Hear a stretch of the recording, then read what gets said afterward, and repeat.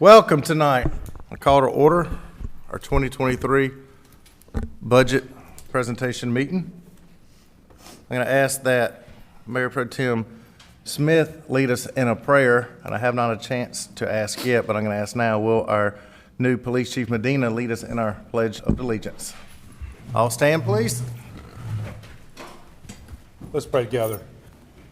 Lord God, thank you for the opportunity to give us as leadership in this town, as elected officials and department heads and different people who work within our departments to come together and try to figure out the best way to spend the taxpayers' money, Lord. Father, I pray that as we go through this exercise tonight that we'll make clear and good decisions that will, in the long run, benefit each and every person that lives in our community. Father, we do thank you for our community. Lord, we're thankful that we've got a new police chief on board. We're looking forward to his service here, and pray to bless him and all that he does and says as he embarks on this new journey. Father, I do pray that you'll just help us tonight, give us wisdom, and I pray that all that we say and do will be pleasing in your sight. We ask this in Jesus' name. Amen. Amen. Chief, you come down right here and come to face the pledge and lead us in the pledge, and that's all it takes. Thank you. Good evening. I pledge allegiance to the flag of the United States of America and to the republic for which it stands, one nation under God, indivisible, with liberty and justice for all. Thank you. Thank you, sir. I appreciate everybody being here tonight. All of you departments here help make this budget go through. I know the manager's going to be doing a good presentation. I appreciate the support from this board, from our retreat, giving direction and guidance to management and staff on what we were looking for in a budget. And conversations I've had with management, I believe everybody's going to be very happy tonight with the budget and what's going on in regards to these discussions here. Thank you, staff, again, for being here tonight and be able to help support management also. Manager, it's your show. All right, thank you, Mayor. I'm going to step to the podium to make the presentation tonight.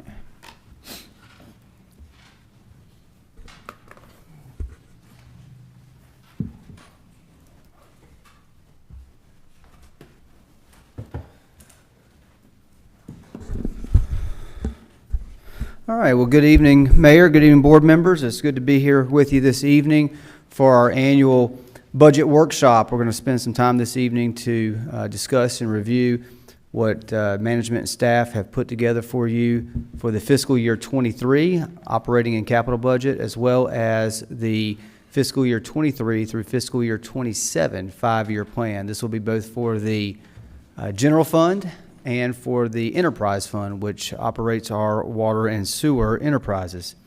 I'll echo the mayor's comments. First and foremost, appreciate the board members engaging in what was productive conversation during our annual town board strategic planning retreat and providing the vision and the guidance to assist in the development of this plan.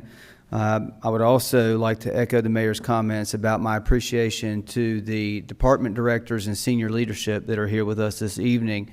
Each and every one of them were substantially involved in the development and the creation of this plan that will be presented to you this evening. And they all had to be in a position to negotiate and be prepared to give and take as well.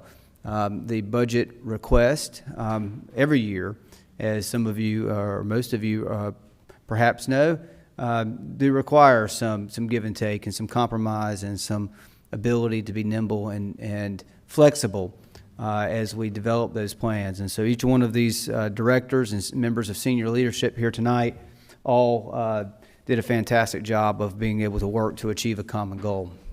A couple of introductions. As you are familiar, tonight with me as well are Assistant Manager Mark Matthews and Assistant Manager Jim Seymour. I want to absolutely give them recognition up front for their involvement and effort in the development of this plan.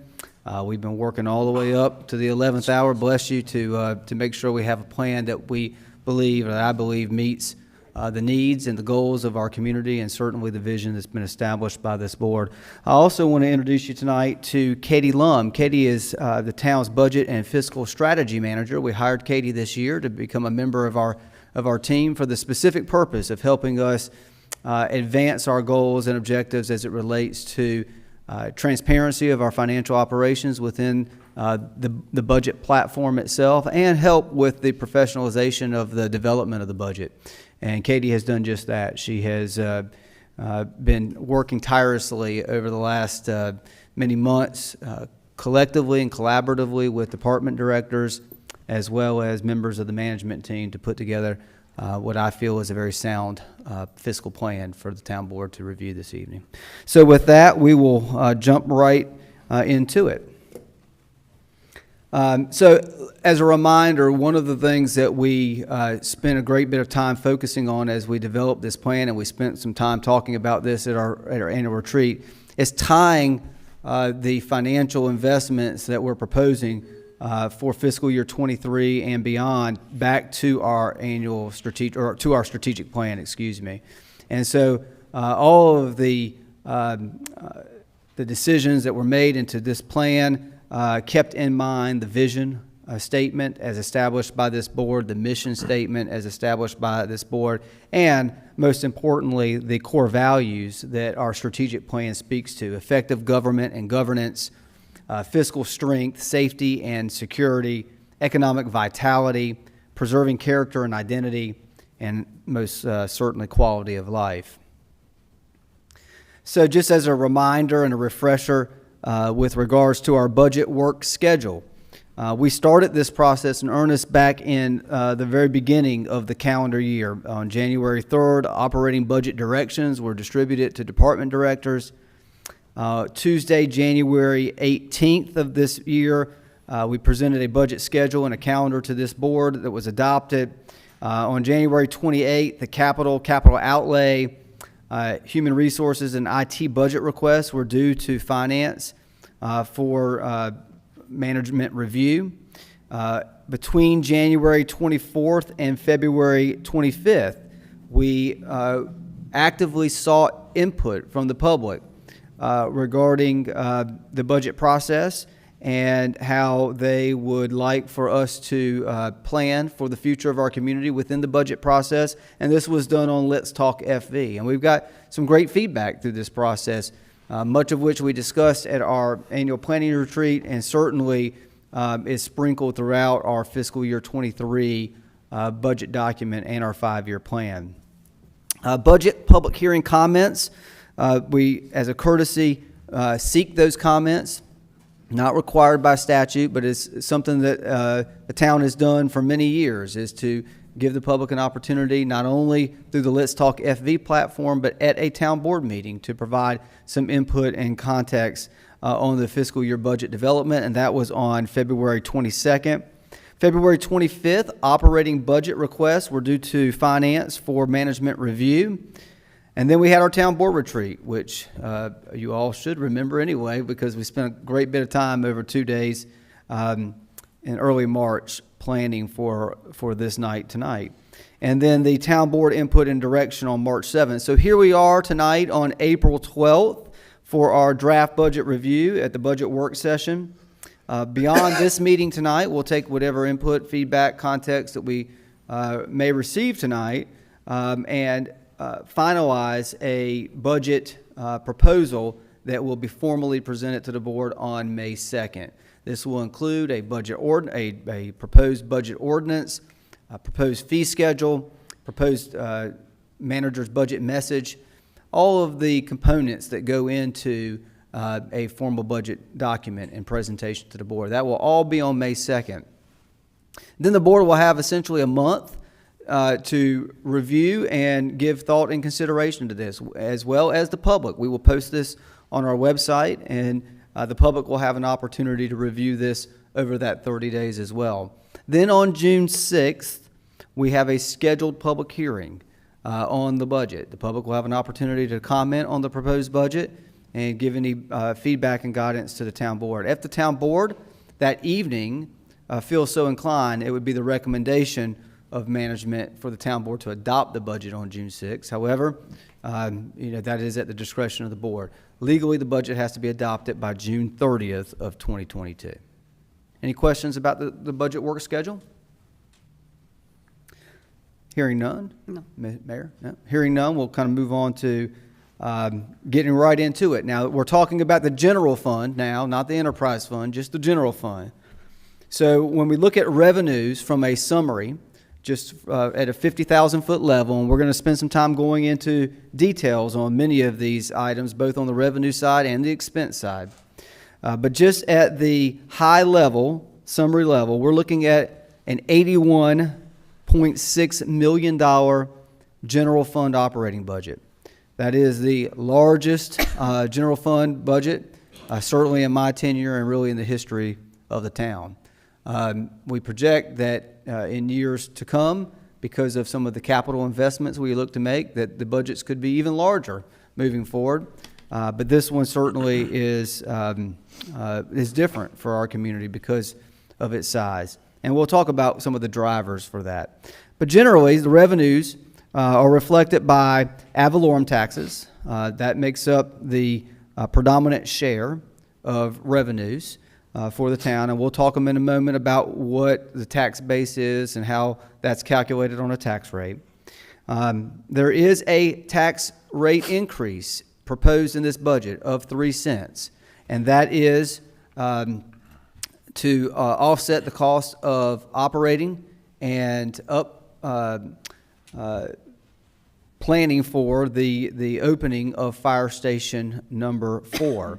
This has been a proposed rate increase that has been incorporated in our 5-year plan for literally the last 5 years, and it has not wavered. It's been something that we've been very transparent, telling the public that we will eventually get to, and the time has come in fiscal year 23 for us to do that. As you know, we are in the very short rows of getting ready to plan a groundbreaking and begin construction of our 4th fire station in the not-so-distant future. That revenue that's generated by that tax rate increase is $1.7 million in this proposed budget. Then we have some other taxes, both taxes that come from other non-ad valorem related tax revenues that show up in our other tax line item, as well as unrestricted intergovernmental revenues. So things like ABC revenues and utility franchise revenues. These are the things that show up in that line item that's $900,000 and $2,077,000. Another big contributor to revenues in the general fund is sales and use tax. And we're going to talk about some of the metrics with that in a few moments, but generally at a high level, $10.2 million we project will be generated from sales and use tax. We've been benefiting from a strong economy, spending in a number of ways, and so our revenues reflect that strong push. But we also recognize that things can flip on a dime as well. So outward, which you'll see in the 5-year plan, or even in this fiscal year 23 budget proposal, we are planning more conservatively than what we anticipate will actually derive in revenue. So we'll talk about that more specifically in a moment. As you know, we are a fire district community here in Wake County, and we do cost share with Wake County government on providing fire service. And so that cost share generates roughly, or we anticipate it will generate roughly $2.5 million in revenue for us in next fiscal year. And then there are some one-time expenses in which the county funds at 100%, not at a cost share percentage. And so that's going to generate about $77,000 in revenue we anticipate.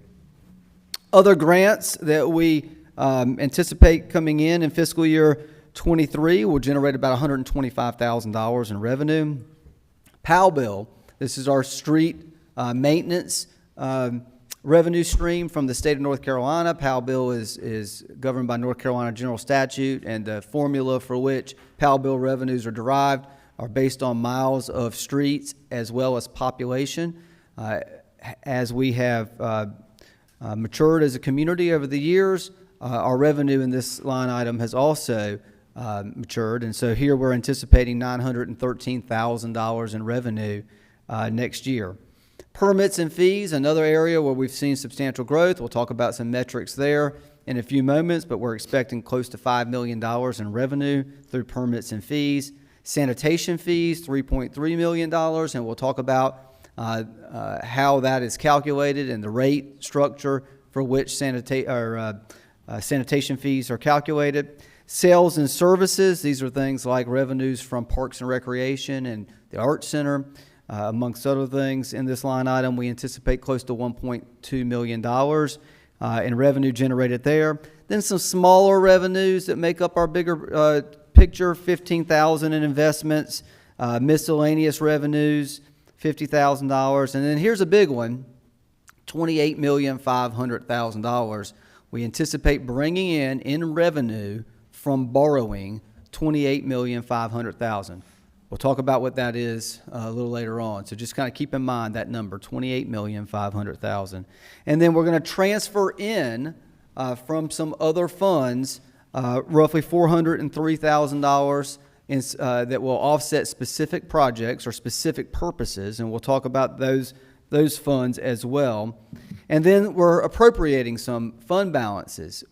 First of all, we're appropriating some fund balance in Plow bill, $342,000. We have Plow bill reserves that we have collected over the years. When we get to our 5-year plan, we'll talk about the drawdown and the increases in Plow bill funds over 5 years. But in this fiscal year 23, we're proposing to appropriate $342,000 to go along with the $913,000 we expect to get in Plow bill revenues to be able to accomplish a number of projects that the town has, either the town board or generally over time we have set out to achieve. And then $1.6 million of general fund balance appropriation. These are for one-time, non-reoccurring expenses. So it's not for personnel, it's not for reoccurring expenses. One-time capital expenses, these $1.6 million will be used towards, and we'll go over what specifically those projects are later on in the presentation. Again, generally at a 50,000-foot level, high level, general fund revenues, $81.6 million. I don't imagine, of course I'm here to answer any questions you might have, but I imagine your questions may come as we get into more of the details. Right now, I was really trying to present the revenues at a summary level. Are there any questions right now before I advance? Okay. So then revenues are offset by expenditures so that we can demonstrate that we have a balanced budget. And so here, these are the departments within the town and the amount of appropriation we are applying to each of these departments, all the way from the governing body through the Arts Center on this page here. And then the next page I'll turn to talk about some other factors that apply to the expenses of the town. But here you can generally see the largest department in terms of expense is the police department, followed by the fire department. So a great deal of emphasis on public safety, as well as Parks and Recreation at $5 million. So a great deal of emphasis put on quality of life as well. That coupled with the close to $1 million or $750,000 in the Arts Center. And then you can see in various other departments how, at a high level again, how the expenses play out. We'll get into details on personnel, on capital equipment, on capital projects as we go through the presentation. Some other factors that are applicable to the expense side of the balance sheet or of the income statement. Again, remember revenues, expenses, they need to balance out per statute.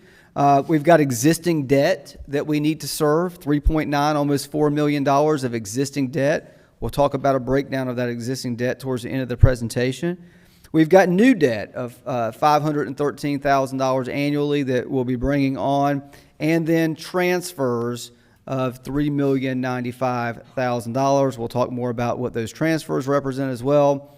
And then capital projects, here we are, back to this $28,500,000. I showed you $28,500,000 in revenue. Now I'm showing you $28,500,000 of expenses.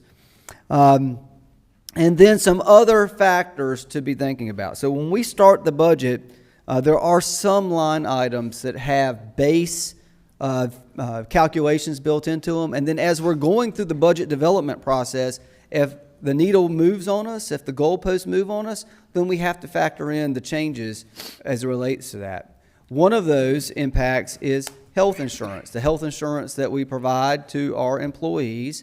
We provide 100% coverage for medical, dental, vision, health insurance. That is customary in local government, certainly at least in this region, to be competitive. We had initially planned on a 10% adjustment to insurance premiums. Then we have gone back and added an additional 5%. That would be a total of 15% adjustment. And I will just share that we are still in negotiations on this. So between now and May 2nd, when we present to you the final balanced budget plan, we may have to make a few adjustments. They're not going to be substantial in an $81 million budget, but they are still noteworthy to discuss this evening. As you know, we have engaged on a pay and compensation plan update. I will share that most of the communities in Wake County are also going through the same process, so this is not unique to Fuquay-Varina by any means. The presentation, the methodology, the details of the pay and comp plan will be discussed with the board, I believe on May 2nd. Where's Wendy? I believe on May 2nd is what we're shooting for Matt Reese. May 17th, okay? However, so before budget adoption, Matt Reese will be here, our consultant, to speak to methodology and how his proposal and recommendation has been derived or developed. But what I will say for the purposes of tonight and discussing it with you, we have included in this budget proposal the recommendations that are coming from our consultant. So financially speaking, we're covered in this budget plan. And that has a $2.2 million impact related to the general fund. There is also an impact related to the public utilities fund as well.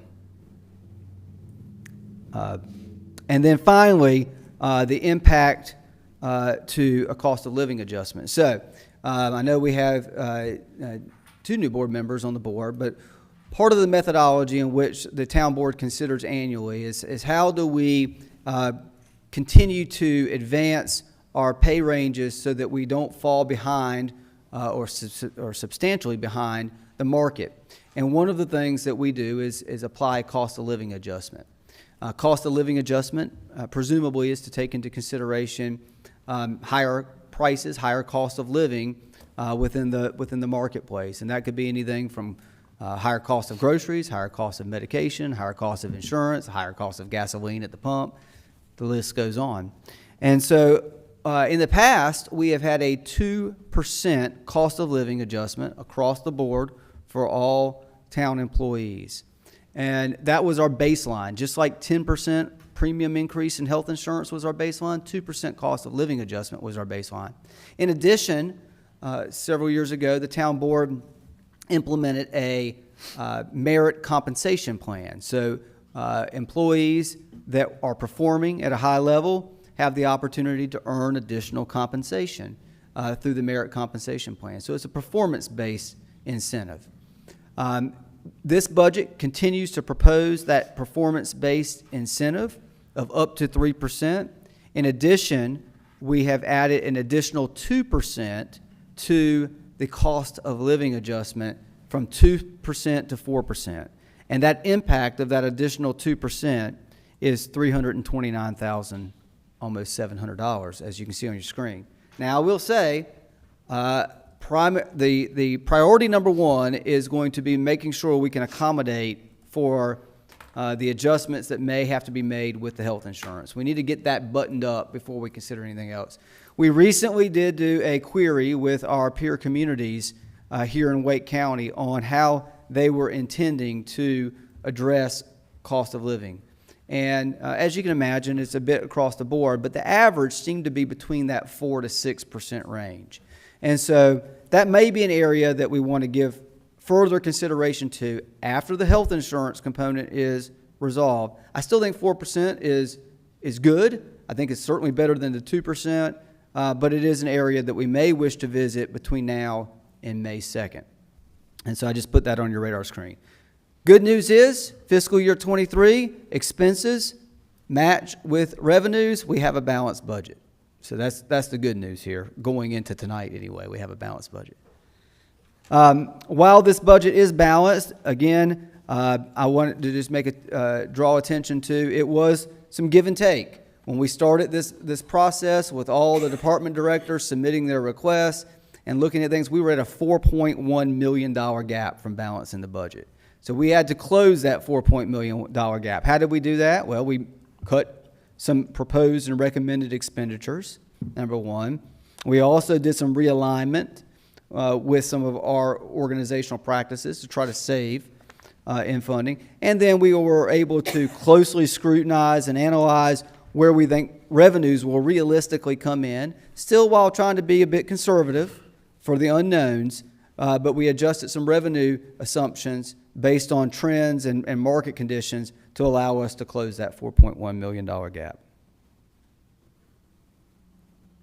So let's also talk about fees for a moment, because fees are a part of what we consider when we think about generating revenue.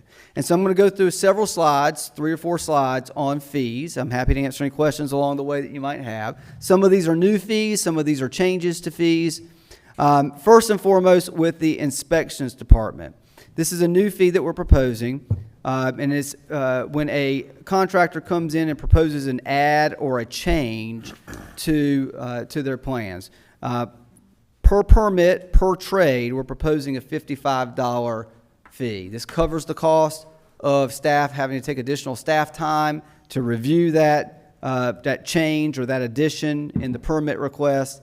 And to be honest with you, it's pretty much long overdue and in line with what our peers are also doing to address this type of additional staff work. In addition, we have some current fees in our Public Works Department related to signs that the town would install. And to be honest with you, the cost of signs, like everything, have gone up. And so we're proposing for children at play signs and hardware, speed limit signs and hardware, street name and stop signs and hardware, things that the town would typically install, that we increase the various fees for that per sign to cover our costs here. As a business, we're trying not to necessarily go in the hole. We're trying to make sure that our fees cover our costs. These changes would accommodate that. I just have a question. Yes, for sir. Information. Mm-hmm. If a community or neighborhood requests children at play sign and hardware, someone would have to pay for it from that, or are you talking about specifically for developers? For development. For a request to have that, we would typically have our police department go out and evaluate whether that sign is warranted. If it is, then the town would install that sign. Oh, okay, this is primarily for the development community. That's right. Okay, just wanted to be clear. All right, thank you. Tracy, did you have anything additional to add context on that? Okay. Thank you. And then additionally with Public Works, we talked about this at retreat. We spent a bit of time talking about this. We have long been charging $14.25 per month to pick up garbage, sanitation, and recycling service. That has not been for quite a while covering the cost of that service. We've been subsidizing that with other general fund revenues, and we've now gotten to the point where I believe that we need to operate and run this function like a business and cover the cost of service. So I'm proposing from $14.25 to $20 monthly for these services. Some additional proposed adjustments. These are related to Parks, Recreation, and Cultural Resources. And most of these are A, to align with what is reasonable in the marketplace, and B, to cover the cost of maintenance and providing these types of amenities or services. So for reservations of picnic shelters, for the Falcon Park Hut, for athletic fields, you can see we're making some minor adjustments to our fee schedule. Same thing with the community center multipurpose rooms. We've previously offered the opportunity to rent the large conference room, the activity room, and the crafts room. We're proposing to modify those resident and non-resident rates, again, to accommodate and cover the cost of providing those facilities and maintaining those facilities, cleaning those facilities. the staff time involved in that. And then we're also proposing a new opportunity to rent the Jimmy Johnson room in the community center, minimum of 2-hour rental, and you'll see the fee there, $50 and $100 for resident and non-resident respectively. And then, as you are all well aware, we're getting near the final stages of the completion of the renovation of the Hilltop Newmore Town Park and Preserve Clubhouse, and we'll soon be ready to offer that as an opportunity for the public to rent. And so we need to establish a fee for that as well. And here, a minimum of 2-hour rental, $100 if you're a resident, and $200 if you're a non-resident is what we're proposing. Any questions? No, sir. Thank you. Give me a chance to wet the whistle there. And then here again, some additional parks, recreation, cultural resources, fee proposals, summer camp experience, proposing to make a marginal increase there, $125 and $157 for non-resident. And then we've got some youth sports that either we've had in place, but the cost to operate those programs is going up, so we're looking to cover our costs there, as well as a new youth sports fee for lacrosse, $80 and $110, and then a marginal increase in youth tackle football. So as we continue to expand those youth athletic services, the cost of providing those services goes up. And I'll just share with you, one of the considerations that we think about with covering the cost of this is, what does it cost to have to engage referees for these games? Those costs have gone up, so we try to cover that. Some of these facilities that we rent, we got to have staff on site to be able to support that. Right now, we're having to give strong consideration to the rate of pay that we're paying part-time people to do that. We're not just competing with other municipalities. We're competing with Starbucks. We're competing with Chick-fil-A. We're competing with all these other businesses in our town that are offering pretty strong rates for part-time employees. And when an individual considers where they may seek employment, they're looking at these types of things. And so we've got to be able to accommodate that as well. And that all kind of goes back into the rates and fees that we charge for these services. So here we are with the Art Center. Some realignment here. Right now we are proposing to create the opportunity for people to rent the dance studio for certain types of program usage. And so we're creating a $50 per hour resident rate and a $100 per hour non-resident rate for the dance studio. And then all theater rentals require a $500 refundable damage deposit. That's been in place for a while. One of the things we're proposing to get rid of for the theater rentals is the setup fee of $25 per rental. We're just baking that in to the actual resident and non-resident rate. So it's actually a fee decrease when you consider we're baking that into the existing fee. All right, so other budget highlights. First of all, any questions about rates and fees? They're pretty straightforward, but just in case we had any questions, I want to just pause there for a moment. If there are not any, then let's talk about some highlights in the budget. Again, the pay and classification study, we spent some time talking about that. May 17th, Matt Reese will be here to speak in more detail on the methodology and the thought process behind the recommendations that lead to the financial component of that. Again, we talked about the 4% cost of living adjustment is factored into this budget proposal. The 3% performance compensation merit opportunity is factored into this.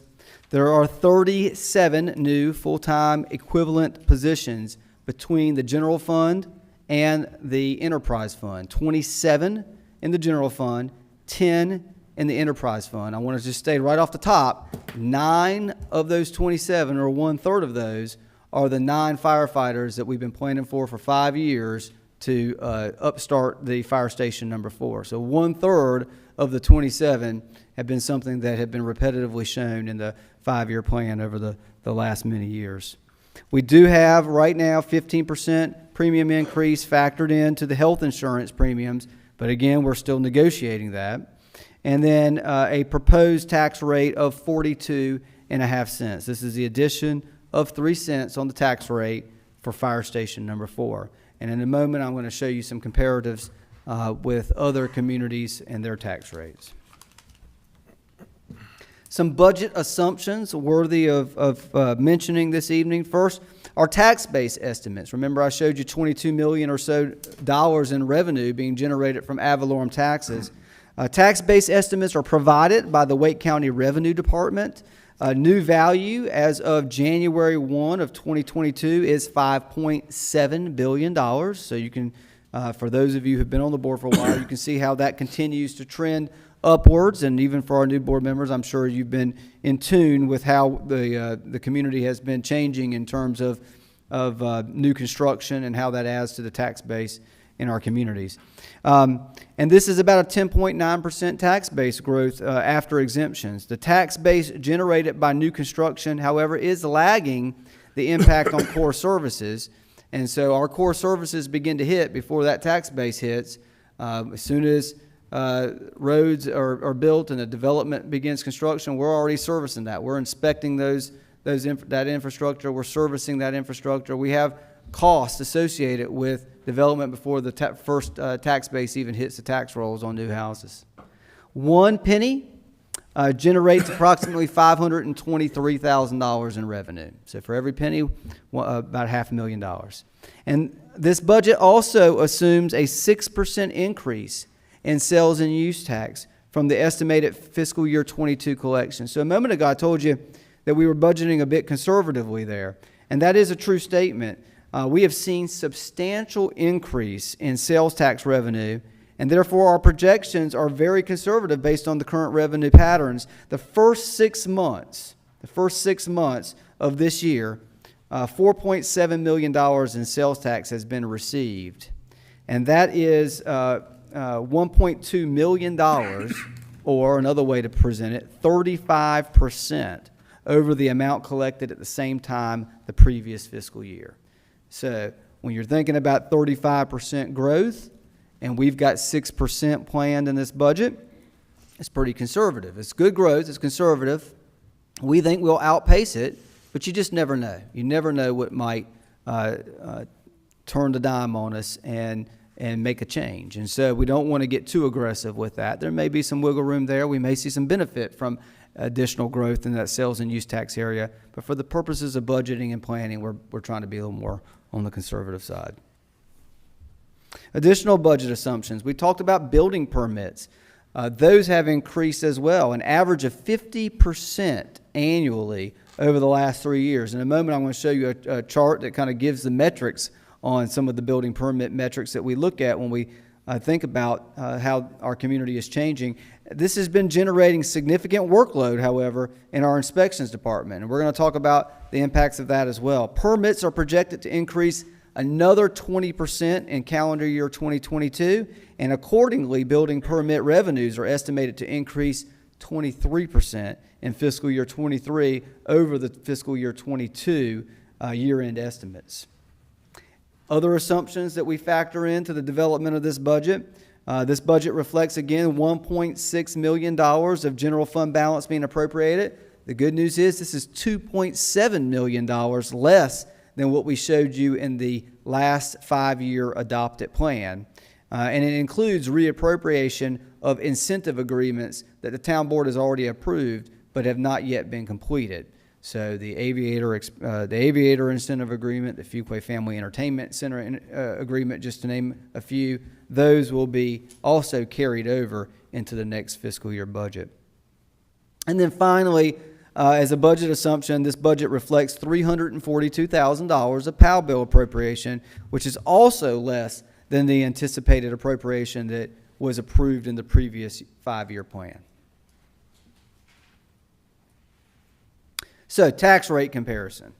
With the 3-cent tax rate increase, our tax rate would go from 39.5 to 42.5 cents. So you can see on the spectrum of communities that have property tax in Wake County, which does include some of communities outside that are predominantly outside of Wake County, like Anger and Clayton. But of all the ones that are on the Wake County spectrum of property tax, you can see that even with the 3-cent tax increase, if no other community made a change, And this reflects every other community staying at their fiscal year 22 tax rate, which is highly unlikely for all of them to do that. Some of them will stay, but others will move like we're proposing to do.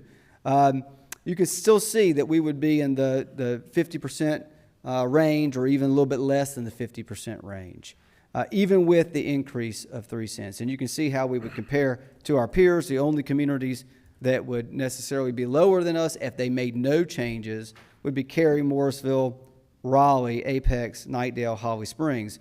Something noteworthy about Cary, Morrisville, Raleigh is that they all have huge tax bases, right? Some of them are very much bumping up against RTP, and in those employment sector areas where the tax bases are just ballooned. That's also similar with Apex and with Holly Springs. Very much larger tax bases than the $5.7 million that we're working with. And so to have a tax rate that is not too far off of those, even after the 3 cent increase, shows that we are doing a good job of managing and preparing for the investments that we have to make. So let's look at it in the context of the average single-family tax bill. So previously I showed you that there were 6 communities after if the town board approves the tax rate increase with the budget, after a 3 cent tax increase, there would be 6 communities that would have tax rates lower than ours, but their average tax bills, 4 of the 6, their average tax bills generate more revenue than us, even with the 3 cent tax rate increase. Why? Because the value of their single-family homes, their average single-family homes, are larger than ours. And so Cary, Morrisville, Apex, Holly Springs, lower tax rate, higher revenue generated on the average tax bill, and that goes back to the tax value of the home. Some other metrics that we look at when we determine growth and how to plan for our budget proposal. Single-family permits. Here, we've reported in the months past and in years past how we have seen strength in these numbers. In fiscal year 21, not calendar year, but fiscal year 21, we issued close to 1,600 single-family permits. In fiscal year 22, which still has 3 months to go, we've issued 1,448 single-family permits. So you can see where we're trending here, where we are trending to end up, somewhere close to 2,000 or just under 2,000 single-family permits for the fiscal year. But then if you'll remember, on a calendar year basis, last year, in 2021, not 2022, but in 2021, we issued 1,807 single-family permits. So you can see strength in these numbers, and that is what goes into the revenue forecast and assumptions for revenue generated from permits and fees. Again, building permit revenue, we talked about that a moment ago. In fiscal year 22, we budgeted, that's the fiscal year we're in now, not next fiscal year, 23, but in fiscal year 22, we budgeted $2 million, and as of April 11th, we hit $2 million. And so we are projecting to be somewhere in the neighborhood of $2.5 million from these revenues by the end of this fiscal year. Single-family permits by calendar year. We talked about by fiscal year. Now we're going to talk about by calendar year. Last year, 1,807. This year, we project right at 2,100 for the calendar year by the time we get to December 31st of this year. Certificate of occupancies, people actually moving into the homes. We're projecting that to be around 1,916 by the end of the calendar year.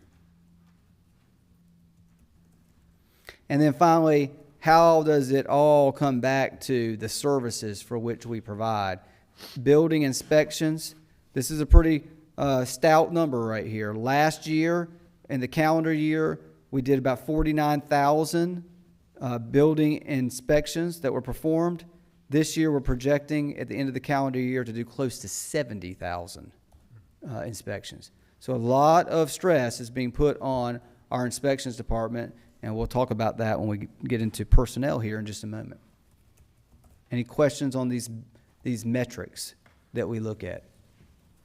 Just a comment. Yes, sir. I know, in reading about the average cost of housing here in Wake County, it continues to rise. As the metrics indicated here, as far as Fuquay-Varina falling within the median of all the other communities, but when you look at what the data reflects about Fuquay-Varina, the housing costs are indeed increasing. Yes, sir. Has that been factored in, or is that part of the consideration? It has been factored in as well. Yes, sir. Okay, all right, all right, all right. Yep. Thank you. That goes into the calculation for revenue generated. Okay, okay, all right. Yes, sir. Okay. Yep. Mark? And I will just note that these values are still only reflect new growth because the revaluation doesn't reflect market value of housing. So there's a 4-year revaluation cycle, which we are a couple years into. And so in 2 years, when we get to a revaluation year, there will be an opportunity to generate additional revenue if housing prices remain strong compared to where they're currently at. But we only reflect what is given to us by the Wake County tax assessor, and that's not going to reflect any of the market appreciation in home prices over the last 2 years. Okay, that's gonna only reflect when the last evaluation. With the revaluation. Okay, all right, thank you.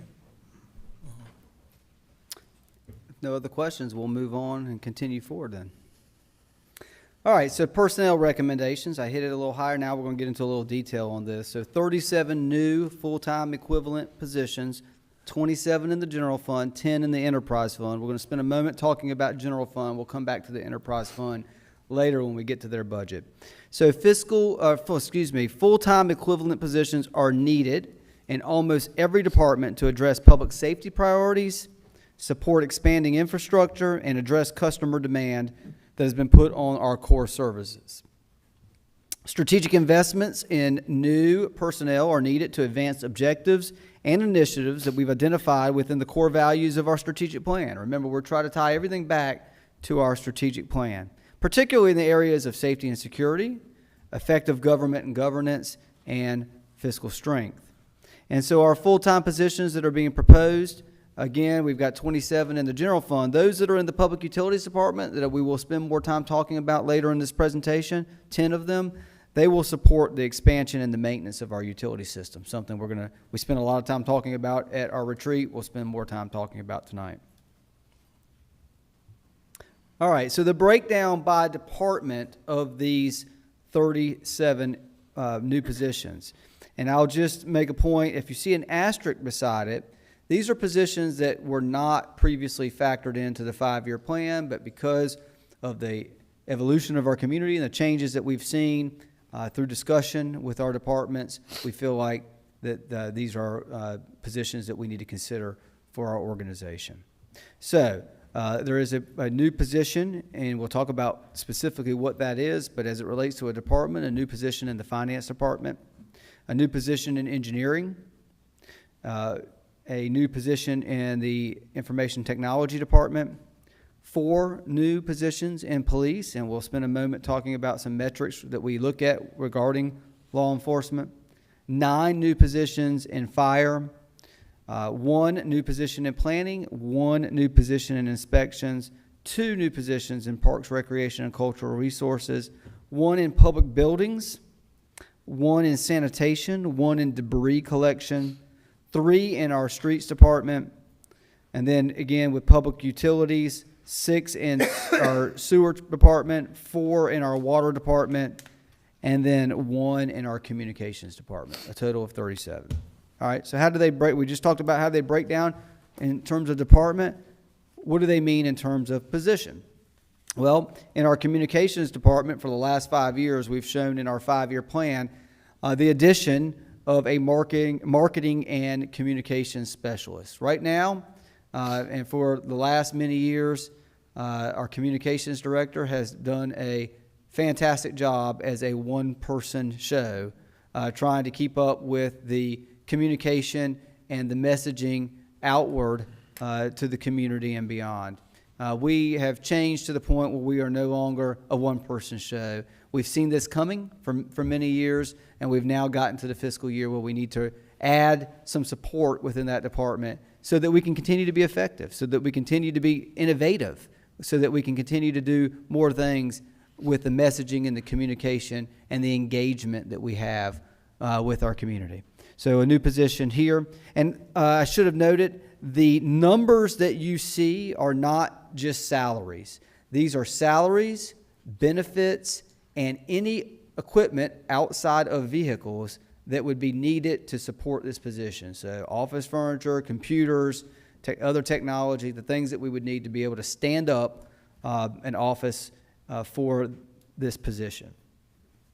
Same thing with purchasing manager. Our finance department has had to adjust to the changes that we've seen in our community over the years.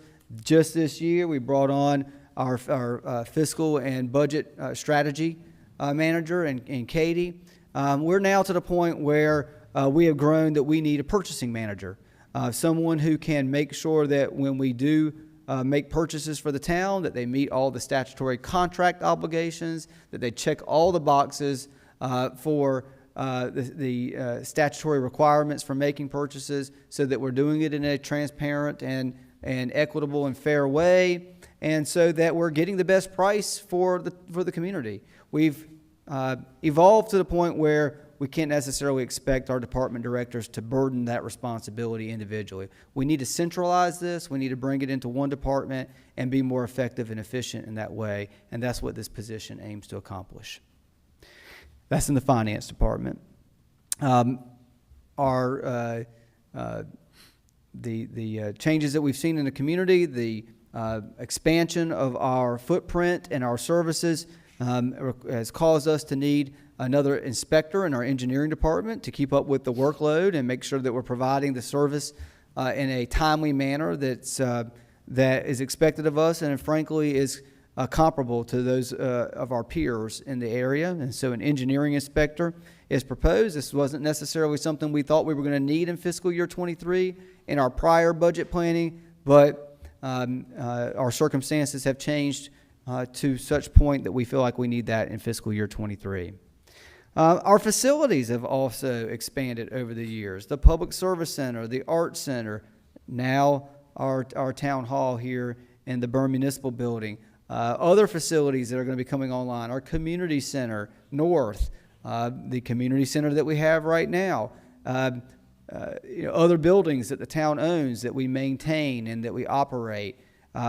We're now to the point where if we're going to do a good job of planning for future maintenance and repairs and investment and execution of maintenance, we need someone to help guide the direction in that. And so we're proposing a public building superintendent that can help plan for those work orders and those work needs in our various facilities to keep them maintained, keep them up to date so that they don't lag behind and fall into disrepair, which would have eventually cost us more. And so a public building superintendent. Our infrastructure has changed such that if we're going to do a good job of mapping the infrastructure, understanding the maintenance needs of our infrastructure, understanding where our easements and right-of-ways are, and keeping a good eye on the maintenance of those, that our GIS department or division within the IT department needs to continue to invest in resources and human capital to help keep us up with that as well. And so right now, much like communications, GIS, ever since I've been here, has been a one-person show. And we've now changed to the point where we need additional support in that department to continue to advance in that area. Police, again, we'll go into more metrics here, but as our population has grown, as our commercial footprint grows and continues to grow, we're going to need more law enforcement to provide that service as well. Our 5-year plan anticipated 4 positions, and that's exactly what is being proposed here in the budget for fiscal year 23. I won't spend much time because we've talked about it. I've said it a few times already this evening. The 9 firefighters to stand up, fire station number 4, to provide those shifts. I've also spent some time this evening talking about some of the metrics for why we need another building inspector in our building inspections department. The goal is to make sure that we're sending inspectors out with enough workload each day, but not so much workload that they cannot be effective and efficient at doing their jobs. And right now, we're getting to that pinnacle point where we need to add an additional person to staff here to make sure that we're balancing that approach in the best way. The good news is that our fees that we collect with building inspections offset the cost of adding an additional staff person. So those are somewhat covered. Street maintenance workers, 3. Again, system growth is driving a good bit of these proposals and recommendations. Our street network continues to expand. And frankly, this is an area you'll see within public works as well as within public utilities that we have been a bit conservative in years past in thinking about the staffing resources that we need to effectively manage a growing system. And when we look at public works, we think about how we are able to manage this. Is it with contracted services or is it with in-house services? In the particular case of public works in the streets department, we feel like we can best manage this long-term with in-house resources to be able to effectively achieve the workload. And so 3 street maintenance worker positions here in the budget. Same thing with the debris collection worker. Our gentlemen in the debris collection department do a fantastic job of working through this town week in and week out trying to collect, especially this time of year. I mean, the yards are being groomed and the people are putting out their yard debris and their clippings and cleaning up their properties. And it's everything we can to keep up with that with our current workforce. We're proposing to add 1 position next year in fiscal year 23 and be thinking in the future about other positions in our 5-year plan for how we're going to continue to provide this service. It is an expectation, not too dissimilar from what other communities expect of their municipalities. I think ours does a fantastic job of providing this service. We want to keep up that excellent service that we're providing. Sanitation Supervisor. The sanitation department within the Public Works Department is one of the larger groups within the Public Works Department. And that sanitation department's footprint continues to grow and expand. We're going to talk about in our 5-year plan adding another crew and another truck at some point. We'll get to it. But our superintendent there is stretched pretty thin. And so providing some additional support services to the superintendent so that we can make sure that our crews have the assistance that they need to be able to do their jobs effectively and manage that program is going to be important. So a sanitation supervisor is being recommended for that department. A development liaison in the planning department. Annually, we sit down and meet with the Triangle Community Coalition, which are a coalition of the development community and the consultant services that work with the development community. They do an annual survey of how well the communities in the Triangle Community Coalition region are providing services. And I am pleased to say that for the last 5 to 7 years, Fuquay-Varina has been one of the top 3 to 4 communities out of 15 or so that they survey their members on with the service that we provide, both in planning and building inspections and engineering inspections, the services that we provide to the development community. One of the takeaways from those annual meetings is that many communities our size and larger are now beginning to have a development liaison individuals within their planning departments. One person that a developer or a developer's representative can go to for all the answers related to their project. Basically, a clearinghouse individual that can work with all of the departments to usher a project through from submittal to permitting and to completion. We are now the size community where to continue to provide first-class services, we believe that we need that development liaison position to provide that service. And so I'm recommending that here in the fiscal year 23 budget. Parks maintenance worker. We continue to grow our park services. We continue to try to provide excellent park facilities. Fleming Loop Park coming online, Hilltop, Newmore, Town Park and Preserve continuing to be our largest park. Other parks within our network, our standard of maintenance and care is some of the best in this county. If we're going to keep it that way, we got to continue to have human capital to make sure that we're getting the job done. And so parks maintenance worker is being proposed here. And then we have had the benefit and the privilege of growing our youth athletics and our adult athletics programming within the Parks and Recreation Department. With that evolution and growth and change, an athletic program specialist is being recommended. So here we are, 27 positions, all of which I've just explained and justified to you. I'm happy to answer any questions you might have on the general fund positions. I'm going to take Slides going to show us our ratios on some of these different departments. Yeah, and stuff. they are. I'm going to take that as a good sign, either that or I am not doing so good and you guys are struggling to keep up. But hopefully I'm doing the opposite. Okay, the utility fund, and we'll spend more time in the enterprise fund, but I'll quickly sort of gloss over these.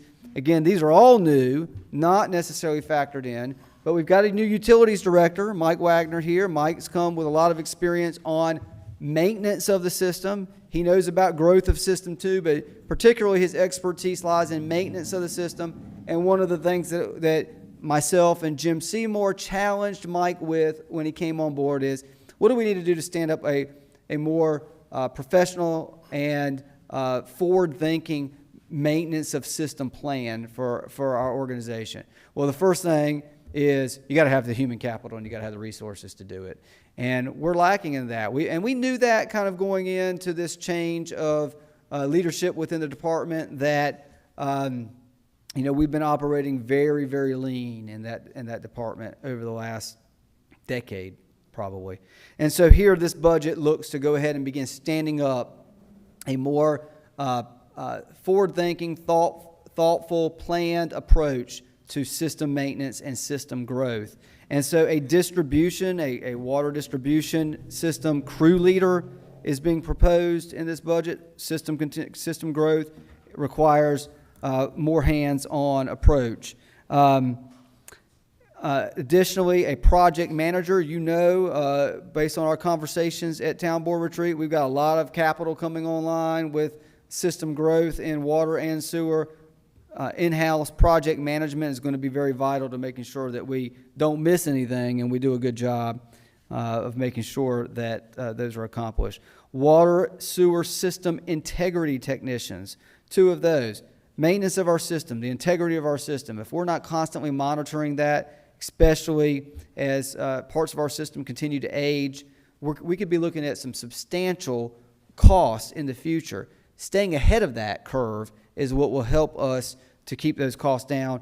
These system integrity technicians and a crew leader specifically for that is going to be very important. Collections crew leader, so not only do we have our distribution system, but we have our wastewater collections, a crew leader in that department, 2 wastewater apprentices. This is an apprentice program that leads towards certifications. We're proposing to start that apprentice program here with 2 wastewater apprentices. And then 2 AMI collections maintenance workers. If you will recall, the town over the last several years has begun implementing the automated meter reading technology. We hope to roll that out in fiscal year 23, where our customers, through live apps on their smart devices, will be able to see their utilization in real time. The system is going to require a certain level of maintenance, and so these positions are to achieve that. There's also some other considerations that some of these positions will apply to. For example, monitoring fats, oils, greases in our system. Some of these positions will have responsibilities in that too. As our utilization changes, as our town changes and our utilization changes, we've got to be thoughtful about the things that impact our infrastructure. Fats, oils, and greases are that as well. And this is not just Mike's brainchild, by the way. We have worked in consultation with some of our engineers, Hazen and Sawyer, for example. How do we best plan for and prepare for the maintenance and the growth of our system? And these recommendations are a part of those conversations. Any questions about these positions? Okay. And so how does it impact the organization? Why? We talked about what does it look like for the department individually? What does it look like for the position specifically? Organization-wide, we're at 305 employees. These 37 positions would take it to 342. Again, we're continuing to change as a community, and this is a reflection of that.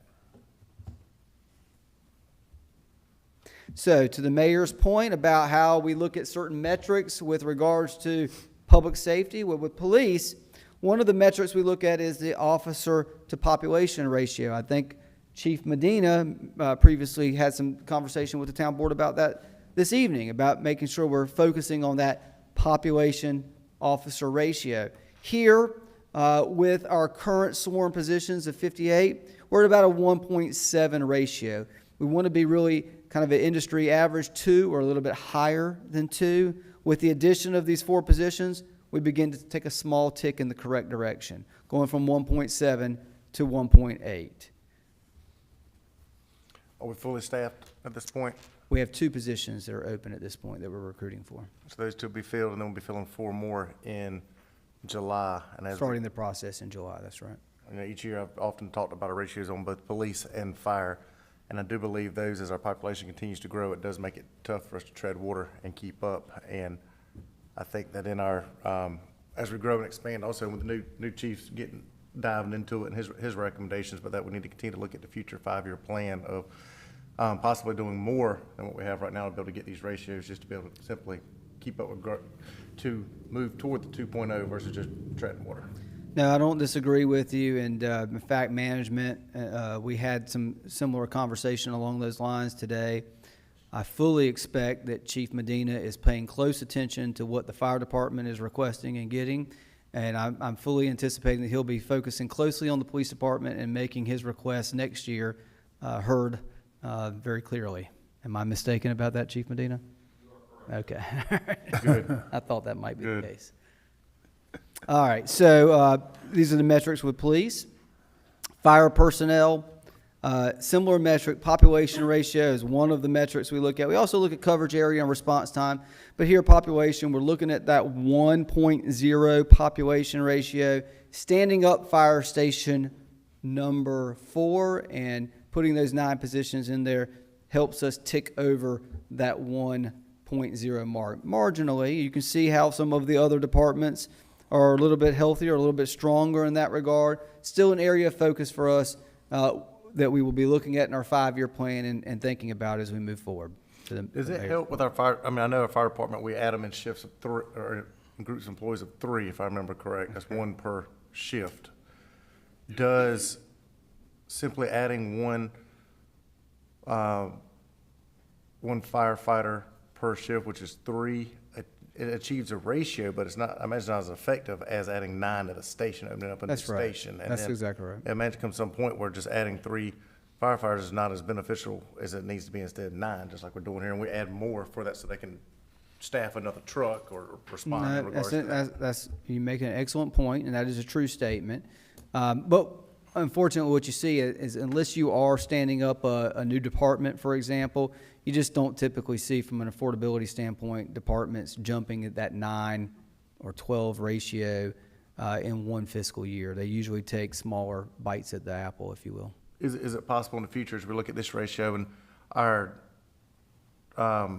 service area of square footage may not grow as much as our population grows, because fire department covers the entire county, and as our town limits expand, it's typically an area that we're already serving, but we still got to have more fighters for that. So then it may be a number in the 5-year plan we can look at where we're adding personnel each year, just as you have in a 5-year plan, but with existing personnel, it allows us to bring on an additional truck at a station if it's needed. It's a possibility. We need additional trucks at stations, is my That's a question. possibility as well. And we do, over time, we will need to think about equipment at our stations as well. And, that's what, I task the fire chief with, making sure he's making good recommendations on how we're to be equipped, not only from a truck service standpoint, but also the people to operate that. And so we obviously don't want to buy a truck and not have people to drive it. Absolutely. So when we make those recommendations for capital equipment, we are also You'll typically find that we're making the adjustments on the personnel side too, unless for some reason he's able to manage some maneuvering within his existing department to figure out how to make it work. And you still forbidden buying, light blue colored trucks? Much so forbidden to buy those. That's Make sure- exactly right. make sure that's still forbidden. That paint color doesn't work. Okay. Yeah. The trucks don't work. They don't run. They just don't work. That's Yeah. right. They don't cheat operate. too. Yeah. Exactly. I also just wanted to mention with the fire department, Chief Malden works very closely with Wake County Fire Services and budget staff. Because of the cost share agreement, Wake County is funding close to half of most of our staff, and so it's very important that we try to align, to the extent that's possible, our staffing and station timing with Wake County's staffing criteria and service response criteria, so that we are not funding new positions 100% with town property tax dollars. Not always possible, for example, with some of our fire marshals, but we work to leverage county dollars since they are serving roughly half county area. That's right. Any questions on personnel before we jump to capital equipment? We'll spend a little time talking about the capital equipment that is proposed in the fiscal year 23 budget, but any questions on the personnel piece of it? You could have, Mr. Mayor. Go ahead, sir.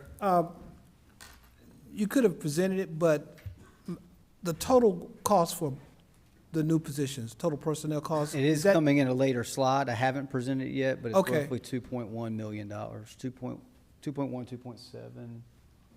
It's in a later slide. It will be Okay. presented. I just don't have the number off the top of my head. It's presented in the 5-year plan. If you'll look it up while I'm, All right. maybe we'll get to it, but we'll follow up. It's a little bit more than $2 million. I can't recall off the top of my head if it's 2.1 or 2.7, but it is a number that we will show in a few moments. Okay, all right, that would be my question. And that would be, again, salaries, benefits, and any equipment other than trucks to stand those positions up. Okay, all right, thank you. Yes, sir. I'll look for it when it comes.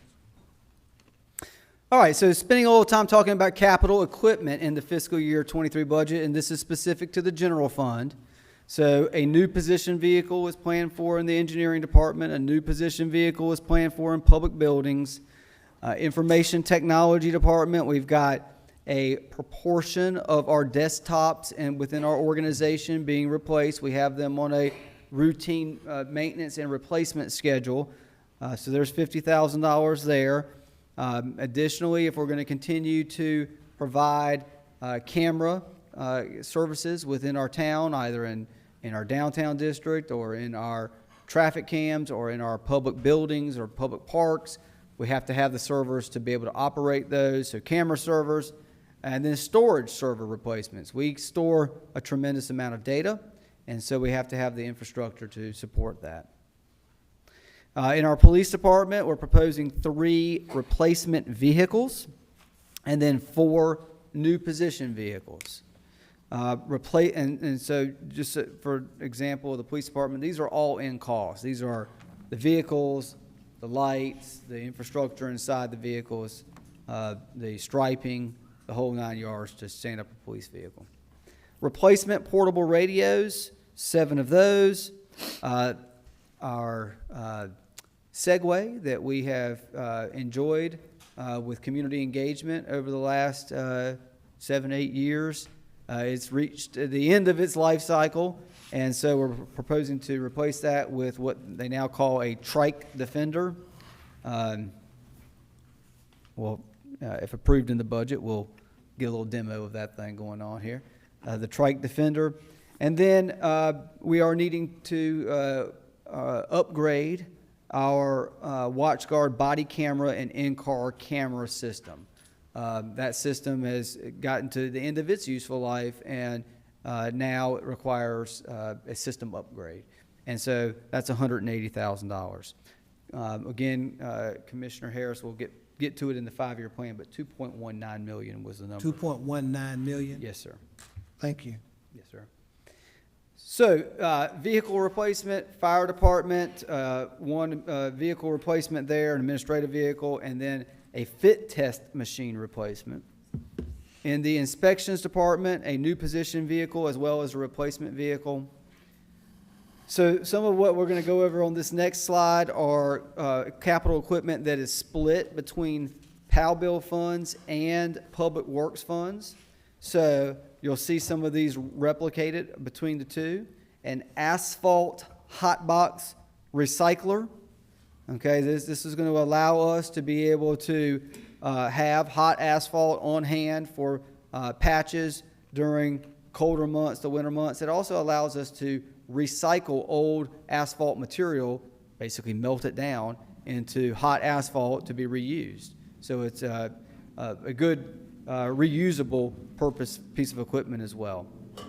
Programmable message boards, as we continue to have community events or road construction, which we're going to have quite a bit over in the next many years, having these message boards of our own on hand that can provide some digital guidance, whether it's detours or whether it's road closure information, or whether it's event information or storm information.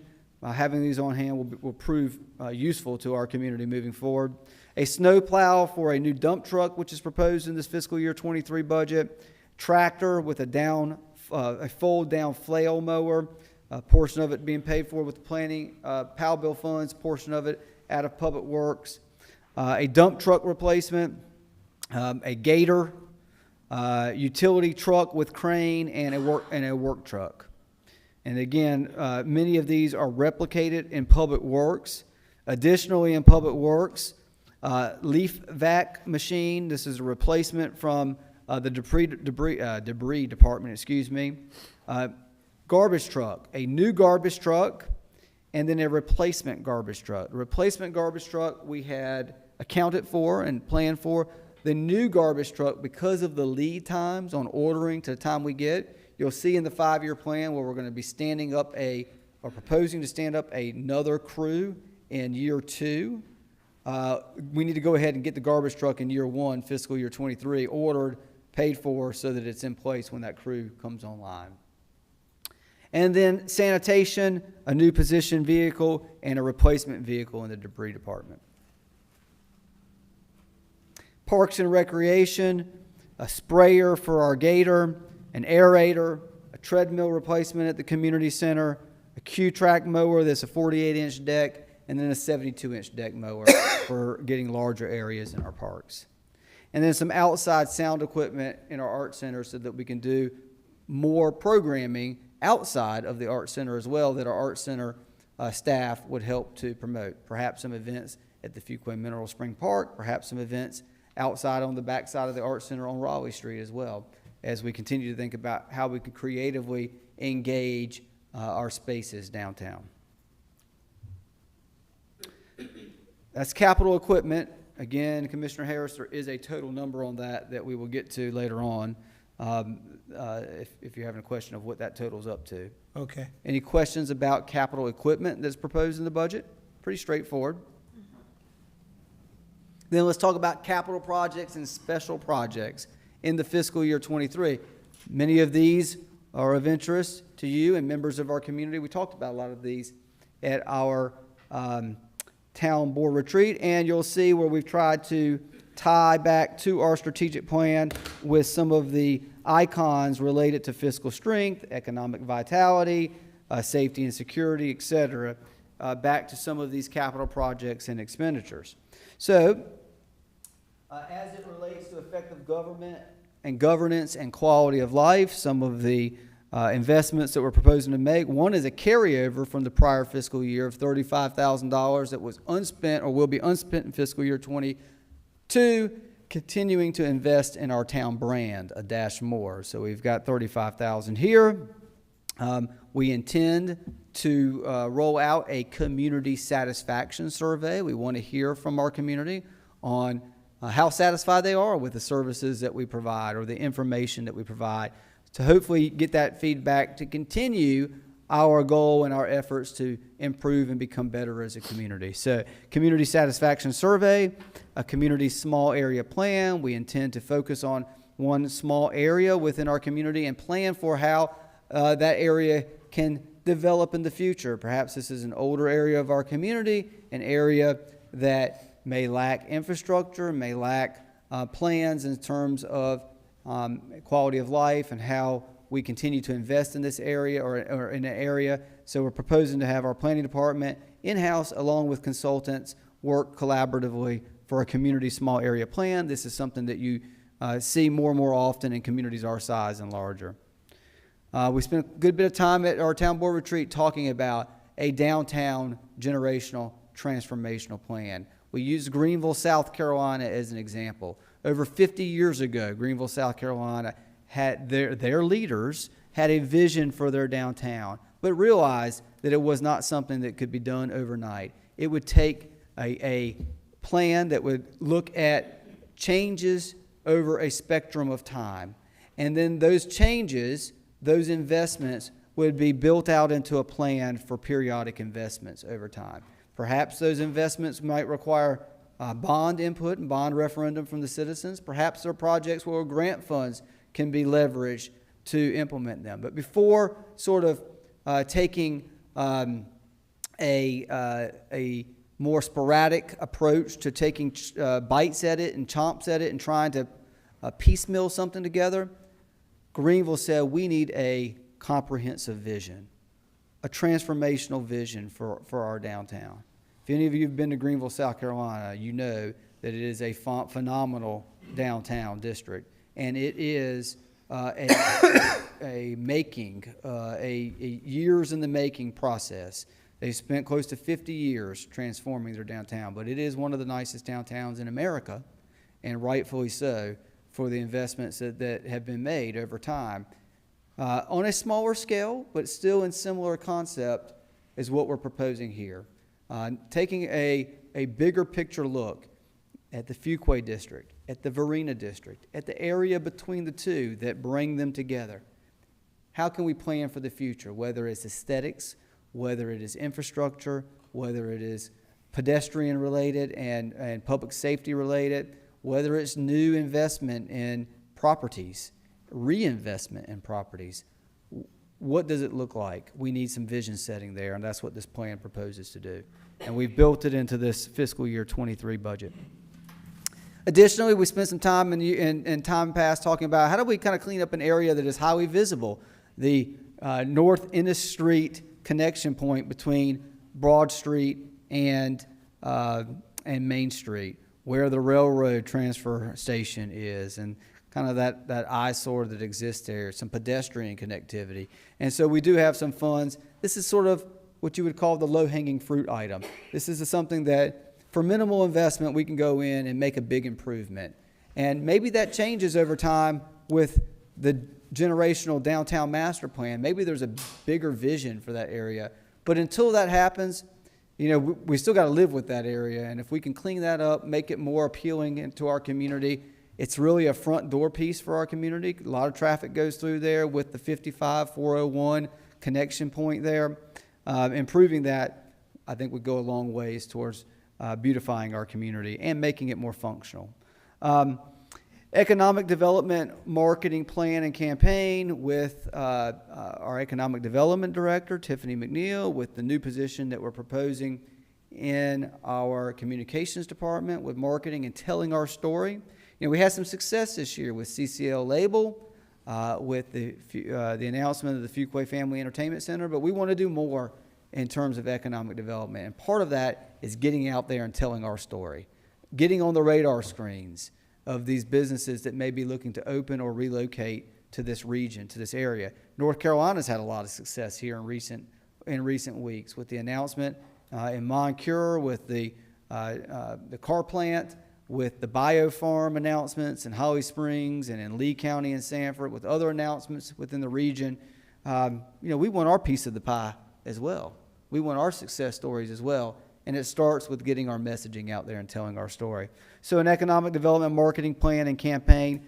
And then it's been a while since we have taken a look at our economic development strategy, our strategic plan. We last did that about 5 years ago. And so now it's time to put a little freshening on that, making sure we're hitting the right notes on what we want our strategy to be. And so we're proposing some investment in that as well.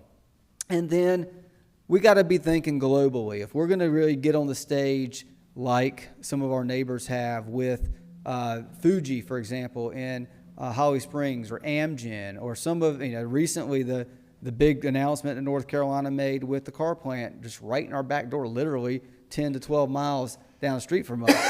7,500 jobs. If you don't think that's going to have an impact on us, it absolutely will have an impact on our community, being our back door. We got to be thinking globally as well. And one of the ways that we can do that is by exploring the Sister Cities program. And this is a program that's been around for a while. I got a couple slides on that we'll talk about. But for why we would want to do that, but that's built into this plan as well. As it relates to effective government and governance, some additional capital and special projects that are proposed. Obviously, continuing to invest in our facilities, replacement of the roof at the community center down at South Park, replacing the windows. When we did the renovation of this building, from a cost-saving standpoint, we did not touch the windows except for a handful that were cracked and needed to be replaced. But many of the gas seals within the windows have now failed, and so we've got non-clear windows that you can't see out of, you can't see in of, and so that's an area from an efficiency standpoint as well, from a cost and heating efficiency standpoint. The window replacement. This is something that we have been planning to do, and we've now reached that point, and we've got it in the fiscal year budget. Pavement of the parking, the grass lot at the police department is proposed in this budget, as well as a storage building for the police department. They store a lot of, probably for lack of a better way of saying it, content that they accumulate in their daily work. They need a place to store that, preferably on site where they can easily get to it and be able to utilize that collection of material. And so having that storage building is what we've included here. Fire station number 2 is time for exterior painting and interior painting. We've got to take care of our buildings. Same thing with fire station number 1, investing in it with the exhaust system upgrade and interior painting. As it pertains to quality of life, Action Park tennis court replacement, they've reached the end of their useful life, $225,000, but we propose to use rec unit fees for this expenditure. Same thing with the South Park track resurfacing, the walking track that is at South Park. It's been, Jonathan, at least 15 years since we've resurfaced that track. Right now, it gets a lot of heavy attention and activity. Maybe not as much now that Fleming Loop Park has opened up. A lot of people are using that walking path as well. And Hilltop, Newmore Town Park and Preserve, bless you. But we intend to continue to get utilization of that track in the future, we expect. Falcon Park dugout and score tower. And then we talked about $28.5 million. Now we begin to see $18.5 million of it is the bond with the Parks and Rec bond that was approved in this last election for the Community Center North construction. Now we expect that the construction will be more than 18.5, but this is the bond money reflected in that. We're anticipating somewhere around $28.5 million. For that, we have the other $10 million already set aside. Okay? And then as it relates to public safety, fiscal strength, economic vitality, we've got an update to our transportation plan, our community transportation plan. It's been a little bit over 5 years since we adopted our community transportation plan. We made a commitment then that we weren't going to wait 15 years to update our plan, that we were going to reapproach that every 5 years or so. Here we are on that mark. So we've got, just as we're doing the land use plan update in fiscal year 22, we're doing the proposing to do the community transportation plan update in fiscal year 23. One of the things we talked about at Town Board Retreat is potentially in the future being able to stand up a bus circulator system in our community. One that would have a fixed route and allow people in our community to move from certain strategic locations. Before you go ahead and invest in the operation of a circulator system, you really need to have a plan for how you're going to do that. We fortunately were able to apply to I guess it was Wake, the Wake Transit Plan, for funding for the study. We anticipate that the study is going to be about $100,000. We've got $100,000 in the expense side in our budget, and we have been notified that we would be receiving 50% of that, $50,000 to offset the $100,000 from the Wake Transit funds. And so this budget proposes to do that circulator study. It would help us identify what a effective or efficient fixed route might look like, what it would cost to operate a fixed route to provide that service to our community, and then in future years we could decide if we're prepared and ready to implement or not. A stormwater fee feasibility study. We're going to talk a little bit more about that in a moment, but as we have again continue to evolve and change as a community, a lot of impervious surface has been added to our community over the last decade, and so stormwater is something that we have to pay close attention to. Why? Well, number one, we got to pay attention to it because the state mandates and regulates that we have to pay attention to it. And number two, we actually have real effects from it. We'll talk about that in a few moments. One of the things that many communities in our region, our area, have put in place is a stormwater utility fee that customers pay, and the revenue that's generated from that goes towards addressing stormwater management issues in the community.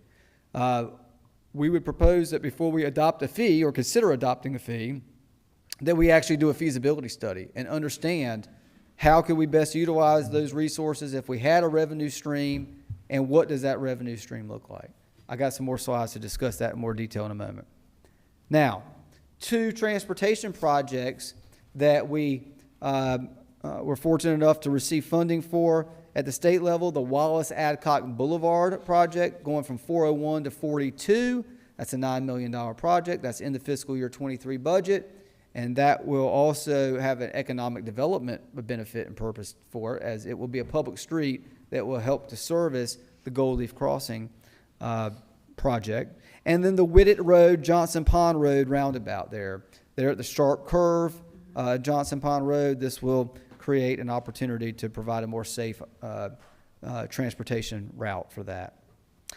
We've got POW bill funds for annual resurfacing at $500,000, some storm drain repairs with POW bill $25,000, some annual sidewalk repairs, and on our pedestrian plan investment of $305,000. We used last year's money to match the LAP grant that we recently received for, was it Jones Street, Matt, or was it for Jones Street? And so perhaps, again, using these funds to leverage some pedestrian improvements and bring in more grant money could be a benefit to us. We'll evaluate that.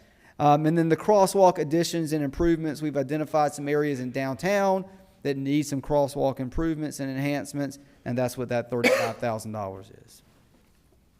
Any questions about the capital and special projects that we've incorporated into this fiscal year 23 budget?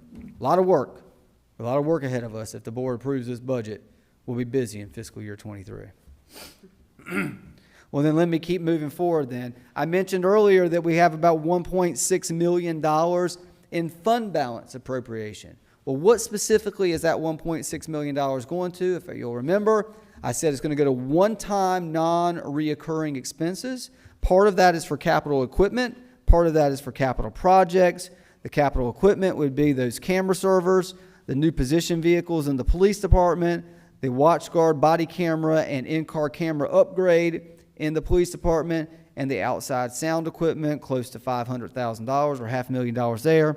And then it would go towards the downtown generational plan, the North Ennis Street landscaping project, the community small area plan, the transportation plan update, the circulator study, our 50% portion of it, the stormwater fee feasibility study, the stormwater CIP and infrastructure inventory, the community center roof replacement, the town hall window replacement, paving the parking lot at the police department, and the police department storage building. Those capital projects amount to $1.1 million. Together, they're about 1.6. And then again, in POW bill, we're going to appropriate $342,000 so that we can complete the $1.2 million of program of work that we've identified for POW bill funds.